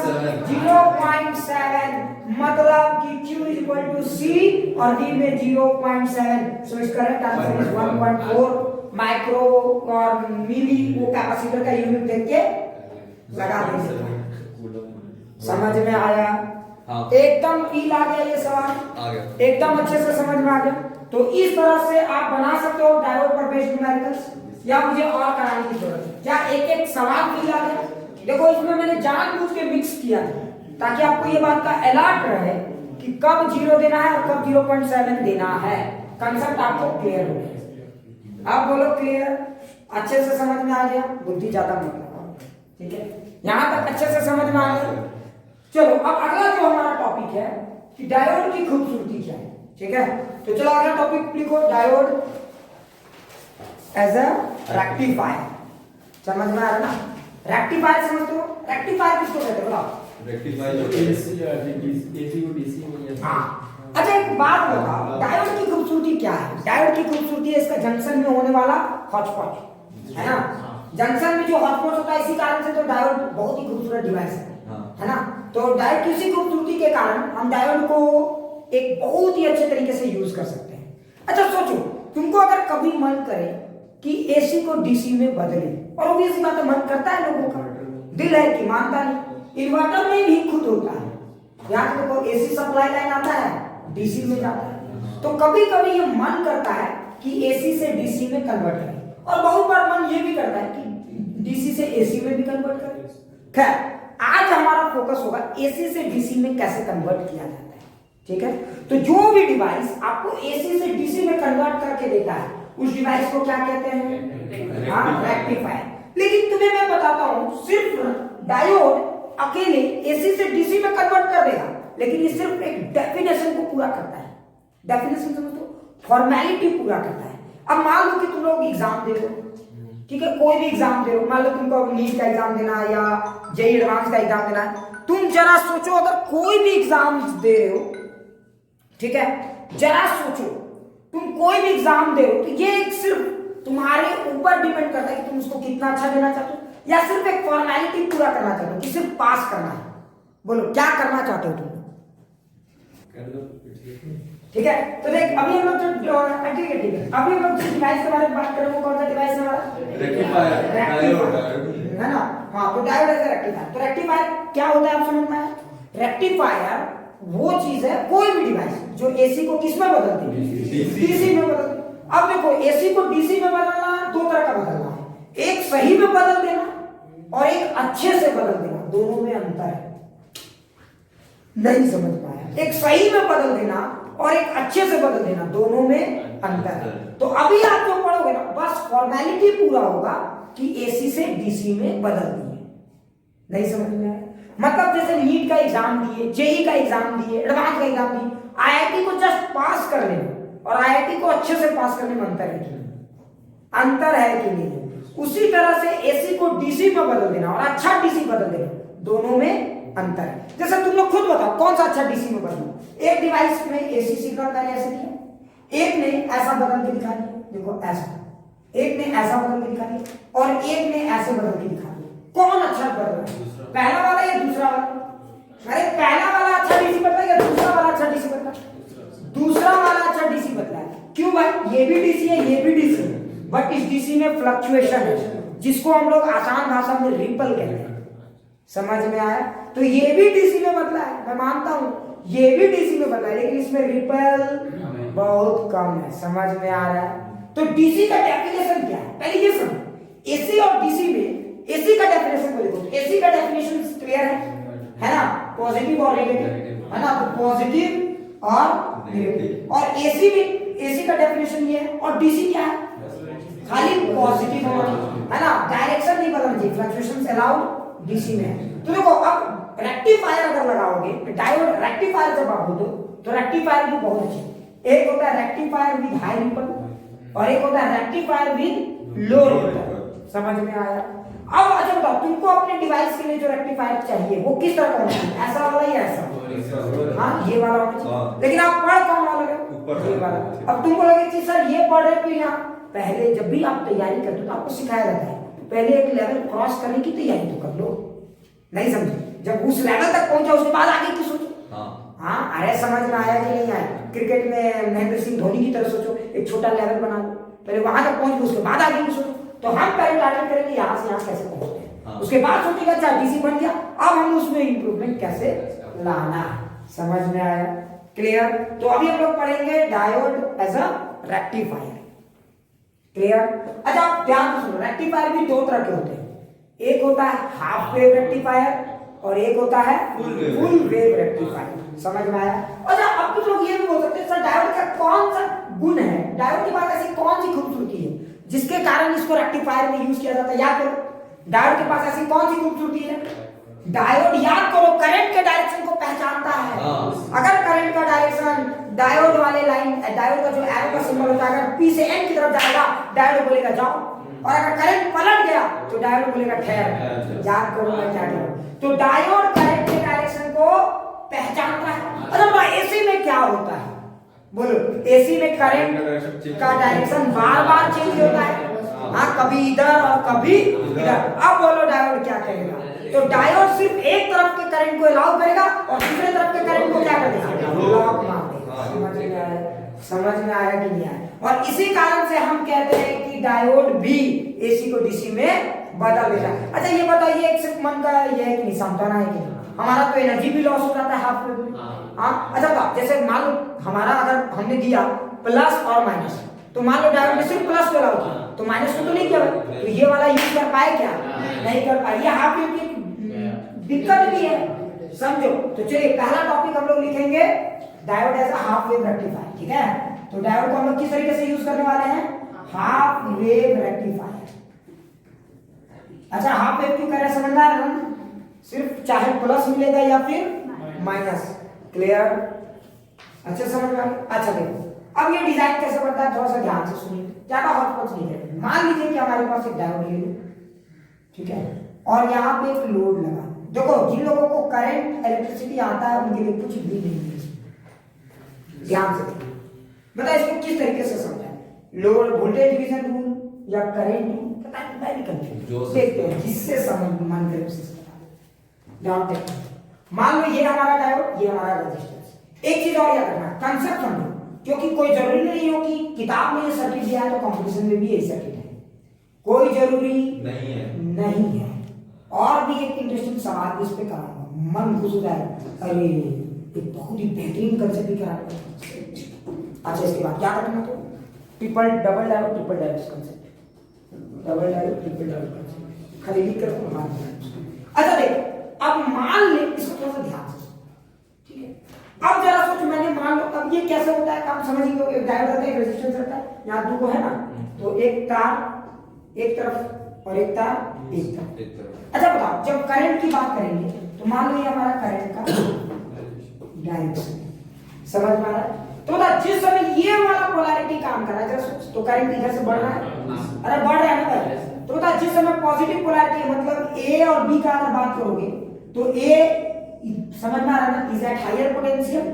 अरे ए क्या है? हायर। तो देखो ए 0, फिर ए की वैल्यू बढ़ती चली गई 1 2 3 4 5 6 7। अच्छा बता ए की पोटेंशियल बी के कंपैरिजन में बढ़ रही है कि नहीं बढ़ रही है? बढ़ रही है। यहाँ पे जाके क्या होगा? मैक्सिमम। फिर ए की पोटेंशियल धीरे धीरे बढ़ रही है, लेकिन उससे कोई फर्क नहीं पड़ता। अच्छा बता ए का पोटेंशियल बी से ज्यादा है कि नहीं?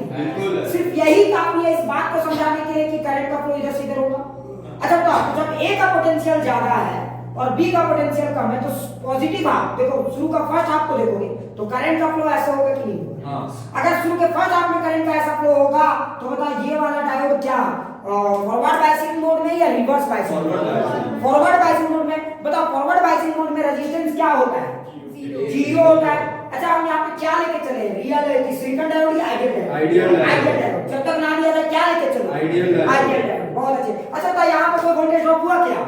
अच्छा याद करो अगर इसका रेजिस्टेंस तो लगभग 0 हो गया तो इसको हटा के शॉर्ट सर्किट कर सकते हैं क्या? अच्छा तो आप सिर्फ यही रेजिस्टेंस बचा ना, तो देखो फर्स्ट हाफ में ऐसा ही कितना डायग्राम मिलेगा। तो सारा का सारा वोल्टेज या सारा का सारा करंट यहीं पे ड्रॉप होगा ना, सारा का सारा। या वोल्टेज को भी देखोगे, अगर ये वोल्टेज है तो देखो सारा का सारा वोल्टेज यहीं पे ड्रॉप होगा। तो यहाँ पे किसको फायदा होगा? जो इस रेजिस्टेंस के साथ। हाँ आपको सारा का सारा वोल्टेज कहाँ दिखेगा? इस रेजिस्टेंस में, क्योंकि ये रेजिस्टेंस तो 0 है। क्या तो वोल्टेज डिवीजन रूल क्या कहता है कि अगर दो रेजिस्टेंस है तो जिसका ज्यादा रेजिस्टेंस होता है वहां पे ज्यादा वोल्टेज डिवाइड हो जाता है। तो बता अगर यहाँ पे देखोगे जिसका रेजिस्टेंस 0 और इसका रेजिस्टेंस ज्यादा, तो ज्यादा से ज्यादा वोल्टेज यहाँ आएगा कि नहीं आएगा? तो सारा का सारा वोल्टेज यहाँ आएगा। जिस समय ये 2 रहेगा ये भी 2 रहेगा, जिस समय ये 3 रहेगा ये भी 3 रहेगा, जिस समय ये 5 रहेगा ये भी 5, जिस समय ये फिर 3 रहेगा 3 0 0 -3 क्या ये रहेगा? ना ना खैर उल्टा सिचुएशन रहेगा। क्लियर? तो ड्यूरिंग पॉजिटिव आपको मिला कुछ तो मिला ना भाई यहाँ पे, समझ में आया?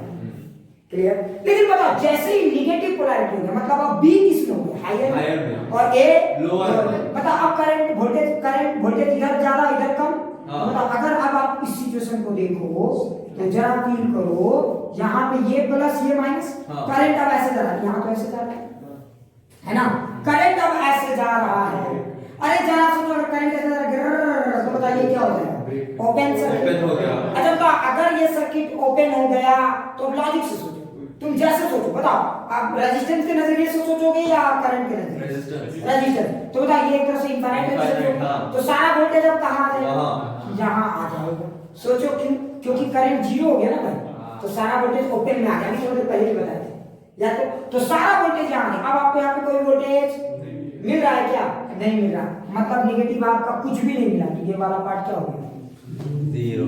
बोलो समझ में आया, क्लियर। अच्छा फिर से क्या होगा, फिर से पॉजिटिव होगा तो बता फिर से ये गेम शुरू हो जाएगा क्या, और फिर से ऐसा चलेगा। मतलब ध्यान से देखो अगर डायोड यहाँ है तो देखो आपको ये पॉजिटिव इसके कारण मिला, क्लियर समझ में आया। यहाँ पे डायोड क्या था, फॉरवर्ड बायस, यहाँ पे डायोड रिवर्स बायस, समझ में आया। फिर से फॉरवर्ड फिर से रिवर्स, क्लियर। और इस तरह से आपको सारा का सारा वोल्टेज मिल रहा है। लेकिन एक दिक्कत क्या है, दिक्कत ये है कि निगेटिव वाला यूज नहीं हो रहा है। पहला दिक्कत ये है कि निगेटिव वाला यूज नहीं हो रहा, पहला दिक्कत। और दूसरा देखो कि ये डीसी जरूर है लेकिन बढ़िया डीसी नहीं है भाई, फ्लक्चुएशन है, ये खाली डेफिनेशन के हिसाब से डीसी है, नहीं समझे किसमें निगेटिव नहीं, समझ में आया। ये खाली डेफिनेशन के हिसाब से डीसी है, अदरवाइज ये बहुत ही बढ़िया डीसी नहीं है। तो अभी हम लोग फिलहाल पहले इसी को अच्छे से समझ लेते हैं, यहाँ तक क्लियर हो गया।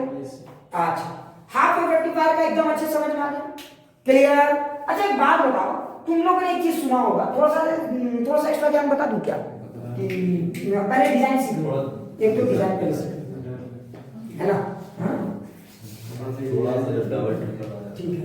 तो टेंशन मत लो, ये सब सिखा देंगे, डिजाइन से डरने का नहीं, कोई भी मत डरना, डिजाइन पहले सीख लो। आज हाफ वेव रेक्टिफायर डिजाइन सीख ही लो, किसी भी तरह का डिजाइन कैसे आंसर देने का, ठीक है आराम से। अब चलो कुछ भी डिजाइन बोलो, कुछ भी बोलो, एक रेजिस्टेंस यहाँ लगा दिए, अभी पहले बेसिक वाला रखो, उल्टा लगा ऐसे, थोड़ा सा पहले बेसिक, उसके बाद थोड़ा लेवल चेंज करेंगे, डबल ट्रिपल की आधी लगा डाउन पैटर्न से।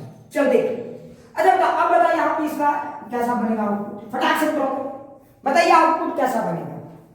हाँ तो पहले ऐसा देखो शुरू में क्या होगा, शुरू में क्या होगा, देखो करंट ऐसे जाएगा ना, अरे फर्स्ट में ऐसे जाएगा ना भाई, तो बताइए ये क्या हो गया, ओपन सर्किट। तो बता अगर ये ओपन सर्किट हो गया तो सारा का सारा वोल्टेज कहाँ आएगा, इसी में आएगा। हाँ और तुम्हारी दोस्ती तो इसके साथ, जब ये मलाई खाएगा तुमको भी मिलेगा, नहीं समझ, तुम आउटपुट इसी के साथ हो ना। अरे कांग्रेस और बीजेपी दो पार्टी है, समझो बात। तो तुम अगर अभी बीजेपी का राज चल रहा है तो जो बीजेपी में होगा वो मलाई खाएगा, और जो कांग्रेस में होगा वो करेला खाएगा। समझ में आ रहा है क्या कह रहा हूं। और कल के दिन दुनिया का नियम है, बदलता है, कल के दिन कांग्रेस वाले लोगों को फायदा होगा और हम लोग किसी के तरफ नहीं है, तो सब में घाटा ही घाटा है, क्लियर। अब आगे बढ़ते हैं, क्लियर, हाँ ठीक है। अब थोड़ा सा कहानी को सुनते हैं। डायोड को फायदा होगा, डायोड को फायदा कब होगा, जब रिवर्स बायस होगा। तो देखो जब पॉजिटिव है हाथ में, डायोड को पहले ही चुनाव में फायदा, अरे समझ में आया ना, डायोड को पहले ही चुनाव में फायदा। देखो ये हो गया, इधर से करंट गया, ये रिवर्स बायस हो गया। बताओ सारा वोल्टेज यहाँ आ गया, तो अगर सारा वोल्टेज आ गया तो सारा मुझे मिलेगा कि नहीं मिलेगा, मतलब फर्स्ट। तो जब देखो निगेटिव मत बोल देना, ये सब सोचने का। अच्छा तो अब उल्टा सोचो, जब ऐसे करंट जाएगा बोलो क्या होगा, अरे करंट ऐसे जाएगा बोलो क्या होगा। देखो ये फॉरवर्ड बायस हो गया, ये फॉरवर्ड बायस हो गया, बताओ इसको फायदा होगा नहीं, अब सारा वोल्टेज यहाँ है, लेकिन मेरी दोस्ती तो इसके साथ है, तो मुझे फायदा हुआ क्या, नहीं हुआ, मतलब ये जी। तो इसका डिजाइन कुछ समझ में आया, तो इस तरह से आपको आउटपुट मिलेगा। तो जब देखो पॉजिटिव या नेगेटिव रट्टा मार के नहीं जाना, समझने का, क्लियर। जैसे एक और डिजाइन बनाना चाहोगे सर क्या, एक और डिजाइन ध्यान, टिंग टिंग टिंग। बताओ यहाँ आउटपुट कैसे मिलेगा? देखो अब बताओ यहाँ आउटपुट कैसे मिलेगा? दोनों डायोड का आइडिया समझो। बताओ यहाँ, अच्छा आउटपुट कहाँ ड्रॉ करें? बोलो, यहाँ ड्रॉ करें, यहाँ ड्रॉ करें, यहाँ ड्रॉ करें? किसके अक्रॉस आउटपुट ड्रॉ करें? डायोड के क्रॉस करते हैं। किसके अक्रॉस आउटपुट ड्रॉ करें? डायोड। इसमें इसमें चलो उसी में किया। V1 उसी में करते हैं, उसके बाद अभी देंगे ना बहुत सारे चीजें। यस चलो ट्राई करते हैं, तुम लोग बनाओ ना। ठीक है, पहले ये समझो, ये कहने का मतलब क्या है? अगर आपने यहां लगाया मतलब आप लोड रेजिस्टेंस यहां लगाने वाले, यस समझ में आया? और अगर आपने यहां ऐसे दे दिया मतलब लोड रेजिस्टेंस यहाँ लगाने वाले, तो ये आउटपुट कहीं से भी आप निकाल सकते हो। क्लियर? अच्छा, मतलब ये आउटपुट वाला है। हाँ, इसको अजय कर, ये डायोड लगा दिया, इसको लोड रेजिस्टेंस बना दिया तो भी काम चलेगा, या लोड रेजिस्टेंस यहां लगा दो। समझ में आ गया? क्लियर? चलो देखो, अब आप सोचोगे कोई पूछा यहाँ पे आउटपुट कैसा मिलेगा, है ना? यहाँ पे अगर कुछ लगाओगे तो क्या होगा? उसको कोई फायदा नहीं मिलेगा। समझ में आना? ठीक है, पार्टी 1 पार्टी 2 पार्टी 3, ई पार्टी को कहियो जीतने का है ये नहीं। देखो कैसे, जब करंट इधर से गया तो मतलब किस डायोड को फायदा मिला? डायोड 1 2, मतलब करंट ऐसे गया तो सारा वोल्टेज कहां चला गया? डायोड 2 पे। डायोड 2 में भाई, तो तुम यहाँ थे नहीं बैठ गए। अच्छा इस बार हम यहाँ आए, अच्छा करंट ऐसे गया तो मतलब सारा वोल्टेज किसके पास चला गया? D1 में, फिर से बैठ गया, मतलब आउटपुट। समझ में आया? अब कुछ समझ में आ रहा है? अब एक और तय काम देखना भी कुछ लोग कैसे गलती करते हैं। टिंग टिंग टिंग टिंग टिंग टिंग, इसका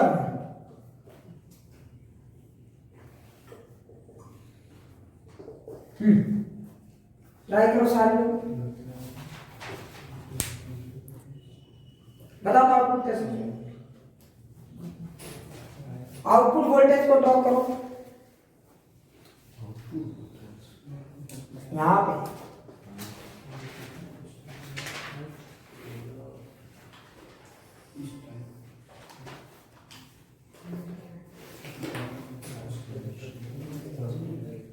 ठीक है? तो एक चीज याद रखना, जहां पे पूछेगा उसका आउटपुट वोल्टेज, ये लोड हो भी सकता है और नहीं भी हो सकता है। मान लो एलईडी बल्ब है, तो बल्ब के साथ ये एलईडी बल्ब है, तो क्या होगा? भाग भी एक तरह से नहीं समझ में आया? क्लियर?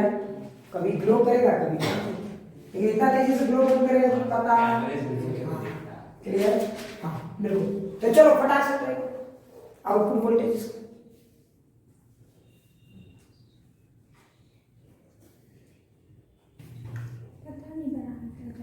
चल ध्यान दो। अच्छा पहले एक बात बताऊंगा, पहले मतलब करंट इधर से इधर जाएगा या इधर से इधर जाएगा? इधर से इधर जाएगा, तब भी जाएगा क्या? उल्टा इधर से जाएगा, लेकिन इधर से जाएगा तो शॉर्ट सर्किट होगा। पहले करंट किधर से जाएगा? इस पीछे से ऊपर से मानन रे भाई। तो देखो अगर करंट ऐसे गया देखो देखो यहाँ समझो, इधर तो तेरी दिक्कत तो है, यहाँ तो एकदम ही दिक्कत नहीं है। ये कौन सा बायसिंग है? ये कौन सा बायसिंग है? तो बताओ इसका रेजिस्टेंस 0, इसका रेजिस्टेंस, तो बताओ जितना वोल्टेज तुम दी वो सब कहाँ गया? इसमें यहाँ यहाँ या यहाँ? रजिस्टर में, डायोड 1 में या 2 में? अरे सारा रजिस्टर में गया। गधेड़ी सोचो, जब प्रूव करके दिखा मुझे समझ में आया। अरे वोल्टेज डिवीजन रूल याद करो, करंट रूल याद करो, वोल्टेज डिवीजन रूल क्या कहता है? वोल्टेज वहां सबसे ज्यादा ड्रॉप होगा जहां सबसे ज्यादा रेजिस्टेंस होगा। या अगर तुम करंट भी मानती हो ममता, जरा ध्यान से देखो, तो यहां पे करंट गया I, तो बता I इंटू आर, बोल ममता 0, I इंटू आर 0। अच्छा I इंटू आर 0, उसमें कौन 0 हो रहा था? I इंटू आर 0, उसमें कौन 0 हो रहा है? आई जीरो लेकिन यहाँ इंटू आर है वो कितना है तो 0 से 10 के बीच में कुछ भी हो सकता है। मान लो अगर 7 रहा हो तो आई 7 हो गया, मान लो 10 रहा हो तो आई 10 हो गया। नहीं समझ तो यहाँ तो फर्स्ट आपने तो आपको कुछ मिलने से रहा तो आप इस गलत फहमी में जो बैठे हो कि कुछ आपको मिलेगा दान दक्षिणा भूल जाओ। फर्स्ट हाफ नील आ जाइए अब सेकंड हाफ। सेकंड हाफ बताओ करंट फ्लो किधर से करें बोल इधर से अच्छा देखो रिवर्स। अच्छा अब रिवर्स बायस का काम यही कर रहा है या ये भी कर रहा है? ये भी कर रहा है और ये कर रहा है कि नहीं कर रहा है? नहीं। अच्छा तो अब इसका रेजिस्टेंस और इसका रेजिस्टेंस ज्यादा है कि कम? ज्यादा है। दोनों का रेजिस्टेंस ज्यादा है या कम? ज्यादा है। तो सारा वोल्टेज अब इसमें बटेगा या इनमें बटेगा? इनमें बटेंगे। अच्छा अब इनमें भी बटेगा तो दो शेयरों के बीच में बंटवारा है ना। तो आप क्या 10 का 10 अगर मान लो पिक है 10 तो क्या 10 का 10 एक आएगा या दोनों में 10 दोनों में 10 आधा बटेगा ना भाई। तो 5 इसके पास जाएगा 5 इसके पास जाएगा। बोल समझ में आया? नहीं समझ में। तो अब समझ में आया क्लियर। क्योंकि दोनों का रेजिस्टेंस तो सेम है ना भाई। अगर तुम एक सेकंड लिखो ना सुनो अगर तुमने लिखा इसका वैल्यू मान लो R1 तो इसका भी R1 और इसका तो करंट जब ऐसे कहते तो बता आई क्या है? बहुत कम है। आई क्या है? बहुत कम है मैं मानता हूं लेकिन देखो voltage across this diode I into R1 voltage across this diode I into R1 voltage across this resistance I R. अच्छा तो R1 बहुत ज्यादा है कि नहीं? हां ये R1 बहुत ज्यादा है कि नहीं? तो ये प्रोडक्ट सिग्निफिकेंट दिखेगा कि नहीं दिखेगा? ये प्रोडक्ट सिग्निफिकेंट दिखेगा कि नहीं दिखेगा? लेकिन ये प्रोडक्ट सिग्निफिकेंट नहीं दिखेगा। तो मतलब जो आई R1 और आई R1 ये वोल्टेज और ये वोल्टेज में ये वोल्टेज यस अब समझ आया कि नहीं?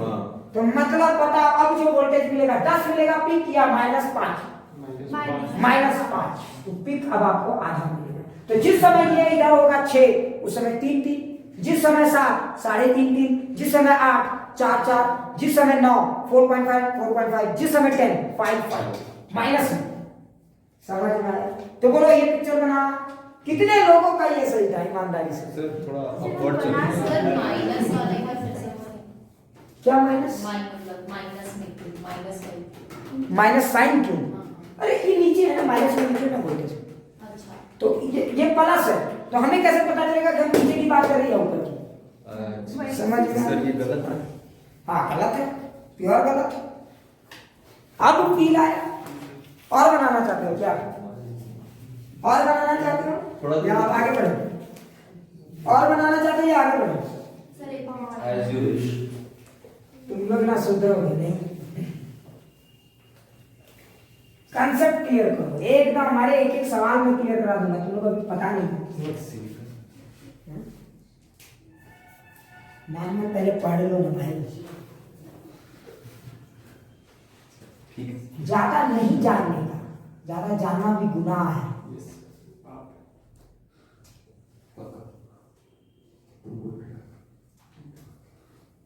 अब मार कर कभी दूसरा पिक्चर देखो खुश हो। इस बार सही बनाया तो ठीक नहीं बनाया तो भी ठीक। इस बार आउटपुट यहाँ से नहीं है।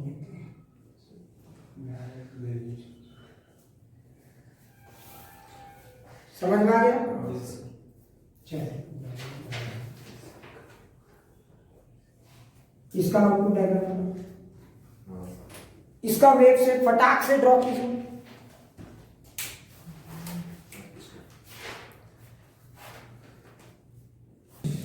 चलो थोड़ा सा ध्यान से देख है ना। अच्छा अगर इसको बहुत ध्यान से देखेगा तो पहले करंट कैसे गया होगा बता ममता? ऊपर हाँ ऊपर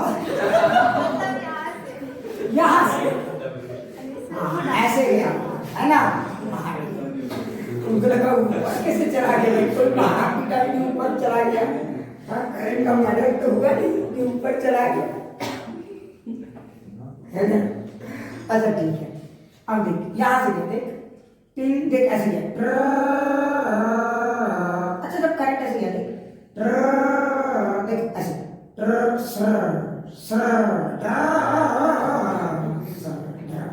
नहीं समझ तो बता सारा रेजिस्टेंस कौन सारा वोल्टेज कहाँ ड्रॉप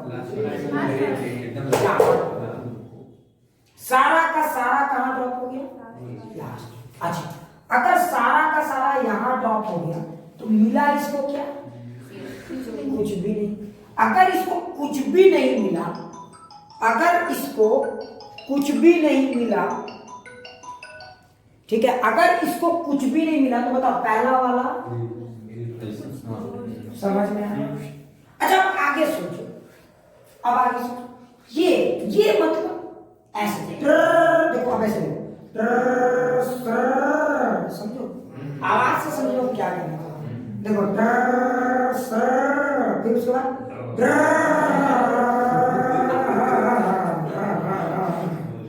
समझो, उसके बाद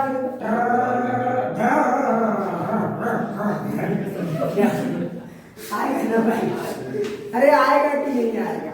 अच्छा तुमने एक चीज ध्यान दिया, तो ये क्या हो गया? Reverse bias. अब बताओ सारा वोल्टेज कहाँ ड्रॉप होगा? इन दोनों में प्रसाद बटेगा।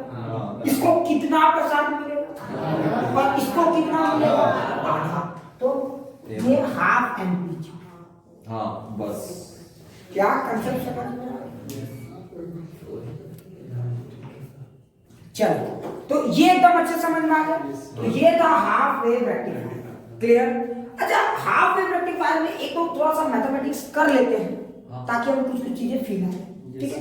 अच्छा एक बात बताओ, जब आप हाफ वेव रेक्टिफायर यूज किए थे तो ये आपका इनपुट एसी सिग्नल था और आपको आउटपुट क्या मिला? डीसी। ऐसे मिला था कि नहीं? अच्छा एक बात बताओ, अगर इस सिग्नल को देखोगे तो इसका याद करो, हमें दो चीज निकालने में इंटरेस्ट होता है एसी में। एक चीज और बता रहा हूं, मुझे नहीं लगता कि बोर्ड में यहां से कोई भी सवाल पूछा जाएगा, लेकिन कॉम्पिटिशन्स में मे भी मैं गारंटी नहीं दे सकता।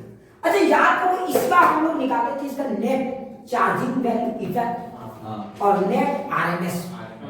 याद करो, अगर ये करंट होता या वोल्टेज तो याद करो हम निकालते थे ना कि अगर कोई करंट अल्टरनेटिंग करंट है तो उस करंट को हम लोग कैसे एक्सप्लेन करने की कोशिश करते हैं। तो ये डिपेंड करता है कि हम उसको चार्जिंग के नजरिए से देख रहे हैं, इफेक्टिव वैल्यू, या पावर के नजरिए से। अगर आप चार्जिंग के नजरिए से देखते हो तो हम लोग लिखते हैं I average, average word use करते हैं, है ना, एवरेज। और अगर आप पावर के नजरिए से देखते हो तो क्या लिखते हैं? आई आरएमएस।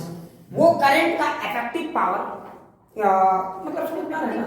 हाँ, कोई डीसी करंट उतना ही पावर, समझ में आ रहा है ना? कौन से करंट में देखो तो दैट इज आई एवरेज। अच्छा सोचो इसका आई एवरेज क्या था? तो याद करो, अगर इसका पीक वैल्यू होता था आई नॉट तो याद करो क्या होता था? 2i not by pi. याद आया? ये वैल्यू याद है? अच्छा ये एक चीज और चीज देखो, एक चीज तुम लोग हमेशा सोचो, इसका पीक वैल्यू क्या था? आई एवरेज की value 2i not by pi और आरएमएस वैल्यू कितनी आती थी? आई नॉट बाई रूट 2। याद आ रहा है ये वैल्यू, है ना? देखो कांसेप्ट इतनी सुंदर चीज है। अब मुझे कोई इसका पूछेगा, मैं पूरा इंटीग्रेशन नहीं करूंगा। क्यों नहीं करूंगा समझो? मैं इसका पूरा इंटीग्रेशन नहीं करने वाला हूं। कारण समझो, बहुत लंबा टाइम लग जाएगा। मैं क्यों ना अपना बुद्धि लगा लूं? याद करो, जरा सोचो, आराम से समझना। अगर किसी ने पूछा इसका एवरेज करंट बताओ कितना है, एक और इसका आरएमएस करंट कितना है, देखना ध्यान से लिखना। क्या आप पूरा वही बेसिक वही फॉर्मूला लगाएंगे? I average integration I over time this that ना ना, हम लॉजिक लगाएंगे। अच्छा आप लॉजिक सोचो। अच्छा बताओ, यहाँ जब आप एवरेज करंट निकालेंगे तो वो हाफ साइकिल की निकालेंगे, हाफ साइकिल की निकालते, मानती हो ना ये बात? अच्छा हाफ साइकिल में जरा सोचो, हाफ साइकिल। अच्छा तो यहाँ एवरेज करंट किसके लिए निकालेंगे? हाफ के फुल के लिए निकालेंगे। याद करो क्यों? क्योंकि यहाँ फुल में जीरो नहीं आया और यहाँ फुल में जीरो आता है। याद है बता रहे? तो अच्छा अगर ये हाफ साइकिल के लिए, तो बताओ हाफ साइकिल के लिए अगर ये था तो इसका मतलब अगर इतना करंट लगभग, याद करो, समझ में आ रहा है मैं क्या कह रहा हूँ? 2i नॉट बाई पाई, यही करंट हमारा लगभग है एवरेज करंट, है ना? अरे यही करंट है ना t/2 के लिए। तो अगर कोई पूछा बता यहाँ एवरेज करंट क्या होगा, इसके पूरे के लिए डिफाइन करना होगा। अरे आ रहा है समझ में? तो एवरेज करंट यहाँ बहुत। अब ये देखिए ये वैल्यू कितनी है, मुझे वैल्यू नहीं पता है, सॉरी फॉर दैट, मुझे भी नहीं पता है, तो मैं निकालूंगा।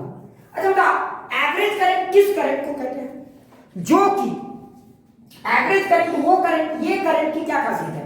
t/2 टाइम में जितना चार्ज ये सप्लाई कर सकता है एसी भी T/2 टाइम में हाफ साइकिल में उतना ही चार्ज सप्लाई करेगा। तो चार्ज सप्लाई सेम, तो करंट को टाइम से मल्टीप्लाई करोगे तो टोटल चार्ज सप्लाई करेगा कि नहीं? मतलब इसी एरिया में तो वही होगी। अरे ये दोनों एरिया सेम है कि नहीं? क्योंकि ये T/2 में जितना चार्ज सप्लाई किया ये भी तो T/2 में उतना ही चार्ज सप्लाई किया।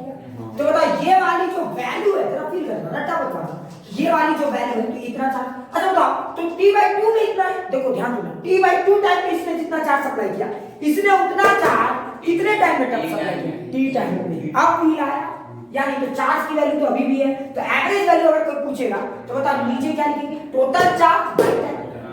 ओहो नहीं मिला है, ये देखो टोटल चार्ज बाय टाइम, तो ये वाली वैल्यू आती थी। तो यहाँ टोटल चार्ज की जगह ये वाला एरिया लिखेंगे कि नहीं? तो देखो 2I0 by pi into T/2 divided by T। यहाँ पे लॉजिक भाई, लॉजिक समझ में आया? अच्छा ये 2 कैंसिल, T 2 कैंसिल, सो देखो इसका एवरेज I0 बाय, समझ में आया कि नहीं? अच्छा लॉजिक क्यों? अच्छा यहाँ पे एवरेज करंट आधी क्यों होगी? सोचो, क्योंकि यहाँ टाइम डबल हो गया था, तो चार्जिंग इफेक्ट, और यहाँ स्क्वायरिंग का तो इफेक्ट नहीं है, चार्जिंग इफेक्ट लीनियर होता है, Q = IP। चार्जिंग इफेक्ट क्या है? लीनियर।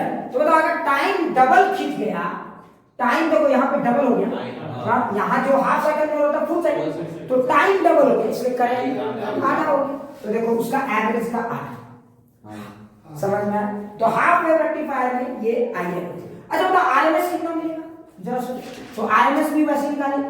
अच्छा बताओ RMS करंट जो हम लोगों ने निकाला था ये फुल साइकिल के लिए निकाला था या हाफ फुल?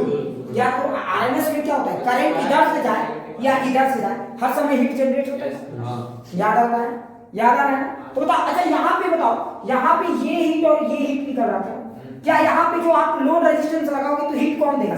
ये वाला ये देगा ना। तो अगर आपको कोई पूछेगा कि एफिशिएंसी में क्या फर्क पड़ता है, तो बताओ ये जितना पढ़ना ना आधा, वो सब वैसे मत सोचो, अभी पहले लॉजिक सोचो, पहले लॉजिक सोचो, आधा कैसे, थोड़ा सा पहले लॉजिक तो देखते हैं जरा सोचो। ये अगर आपको कोई पूछा कि एफिशिएंसी में क्या फर्क पड़ता है, तो बताओ ये जितना ही टोटल में जनरेट किया, ये उसका जो भी किया, समझ में, सिर्फ यही पे ही जनरेट आधा, और बाधा बाद में करेंगे, नहीं समझे? हम लोग पहले कंसेप्ट की बात करेंगे, नहीं समझ में आया किसकी बात कर रहे हैं? कंसेप्ट, बहुत अच्छी। रियलिटी में वो आधा ही करेगा, सही बोले, लेकिन कंसेप्ट। तो देखो अब क्या हुआ जरा समझ, तो बता यहाँ पे जितना हीट देखो जरा समझो, तो यहाँ पे इसने जितना हीट यहाँ जनरेट किया, यहाँ क्या सिर्फ यही पे हीट जनरेट किया, लेकिन टाइम तो अब ये पूरा काउंट होगा।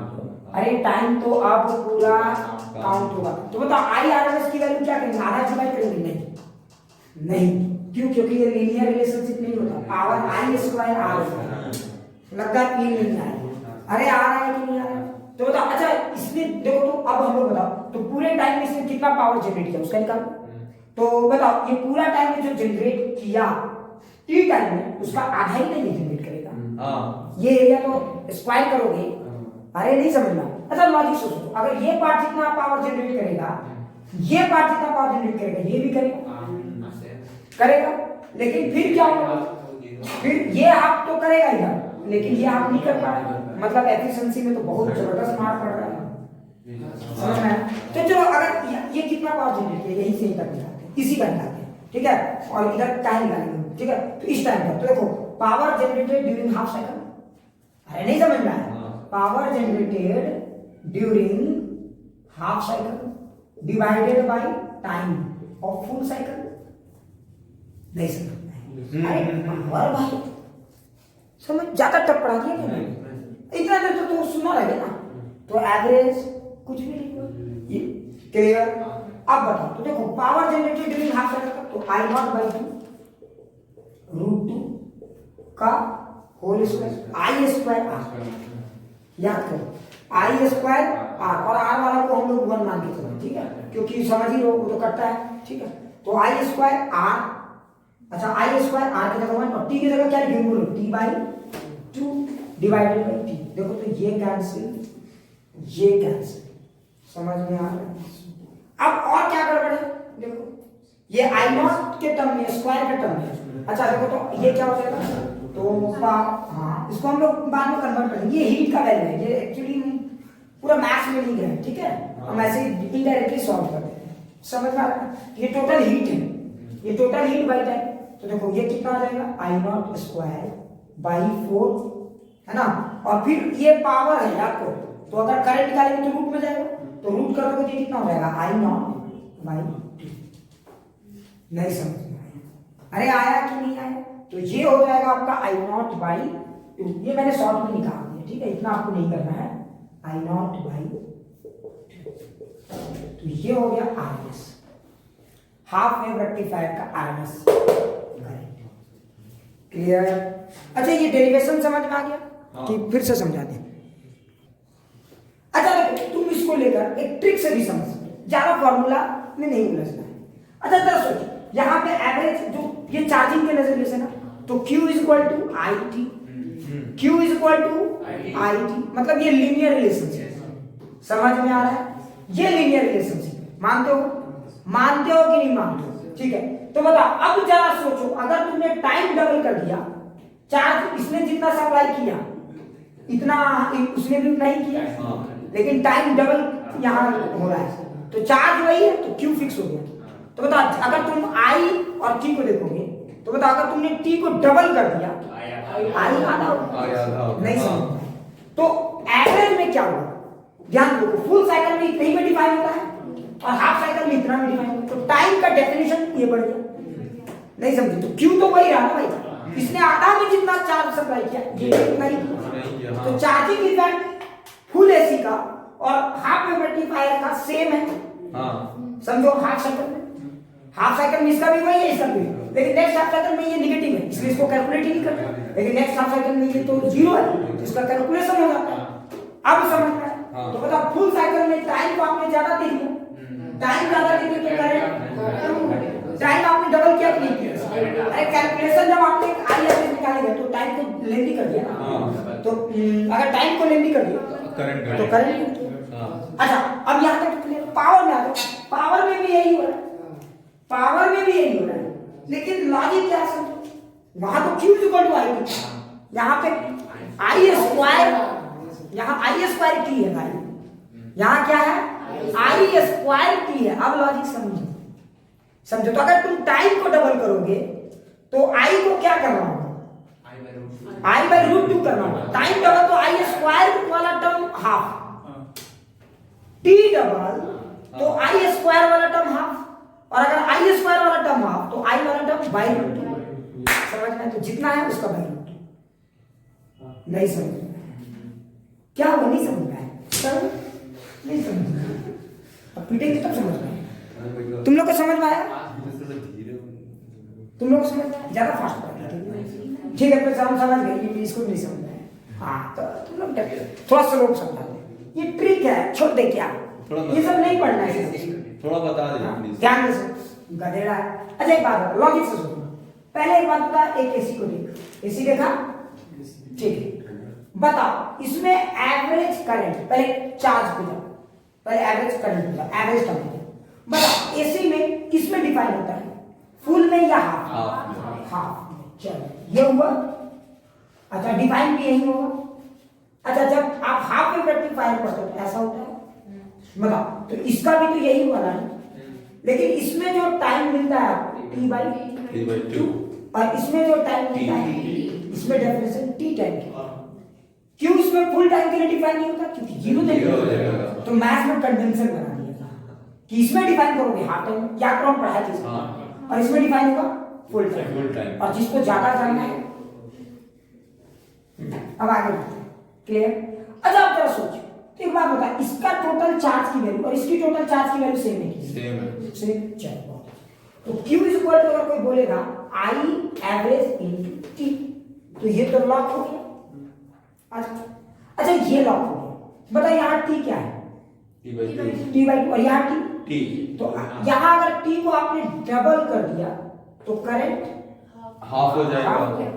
मतलब यहाँ पे जो एवरेज करंट जितना आ रहा है, यहाँ आपको एवरेज करंट उसका आधा।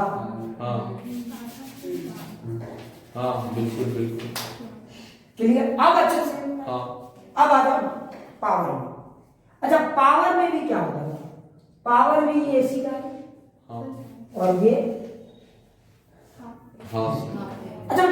में तो यहाँ से भी पावर निकलता है, यहाँ से डिफाइन तो तुम पूरा भी कर सकते हो आधा भी, या फिर एसी में तो पावर की तो कोई टेंशन नहीं। लेकिन दिक्कत है कि यहाँ तो इधर से भी मिलता है, इधर से यहाँ तो से तो एक काम करो, ये जितना पावर दिया हाफ साइकिल में, ये उतना ही पावर दिया फुल साइकिल में। हाँ तो एक थोड़ी देर के लिए इसको भूल जाओ, थोड़े देर के लिए।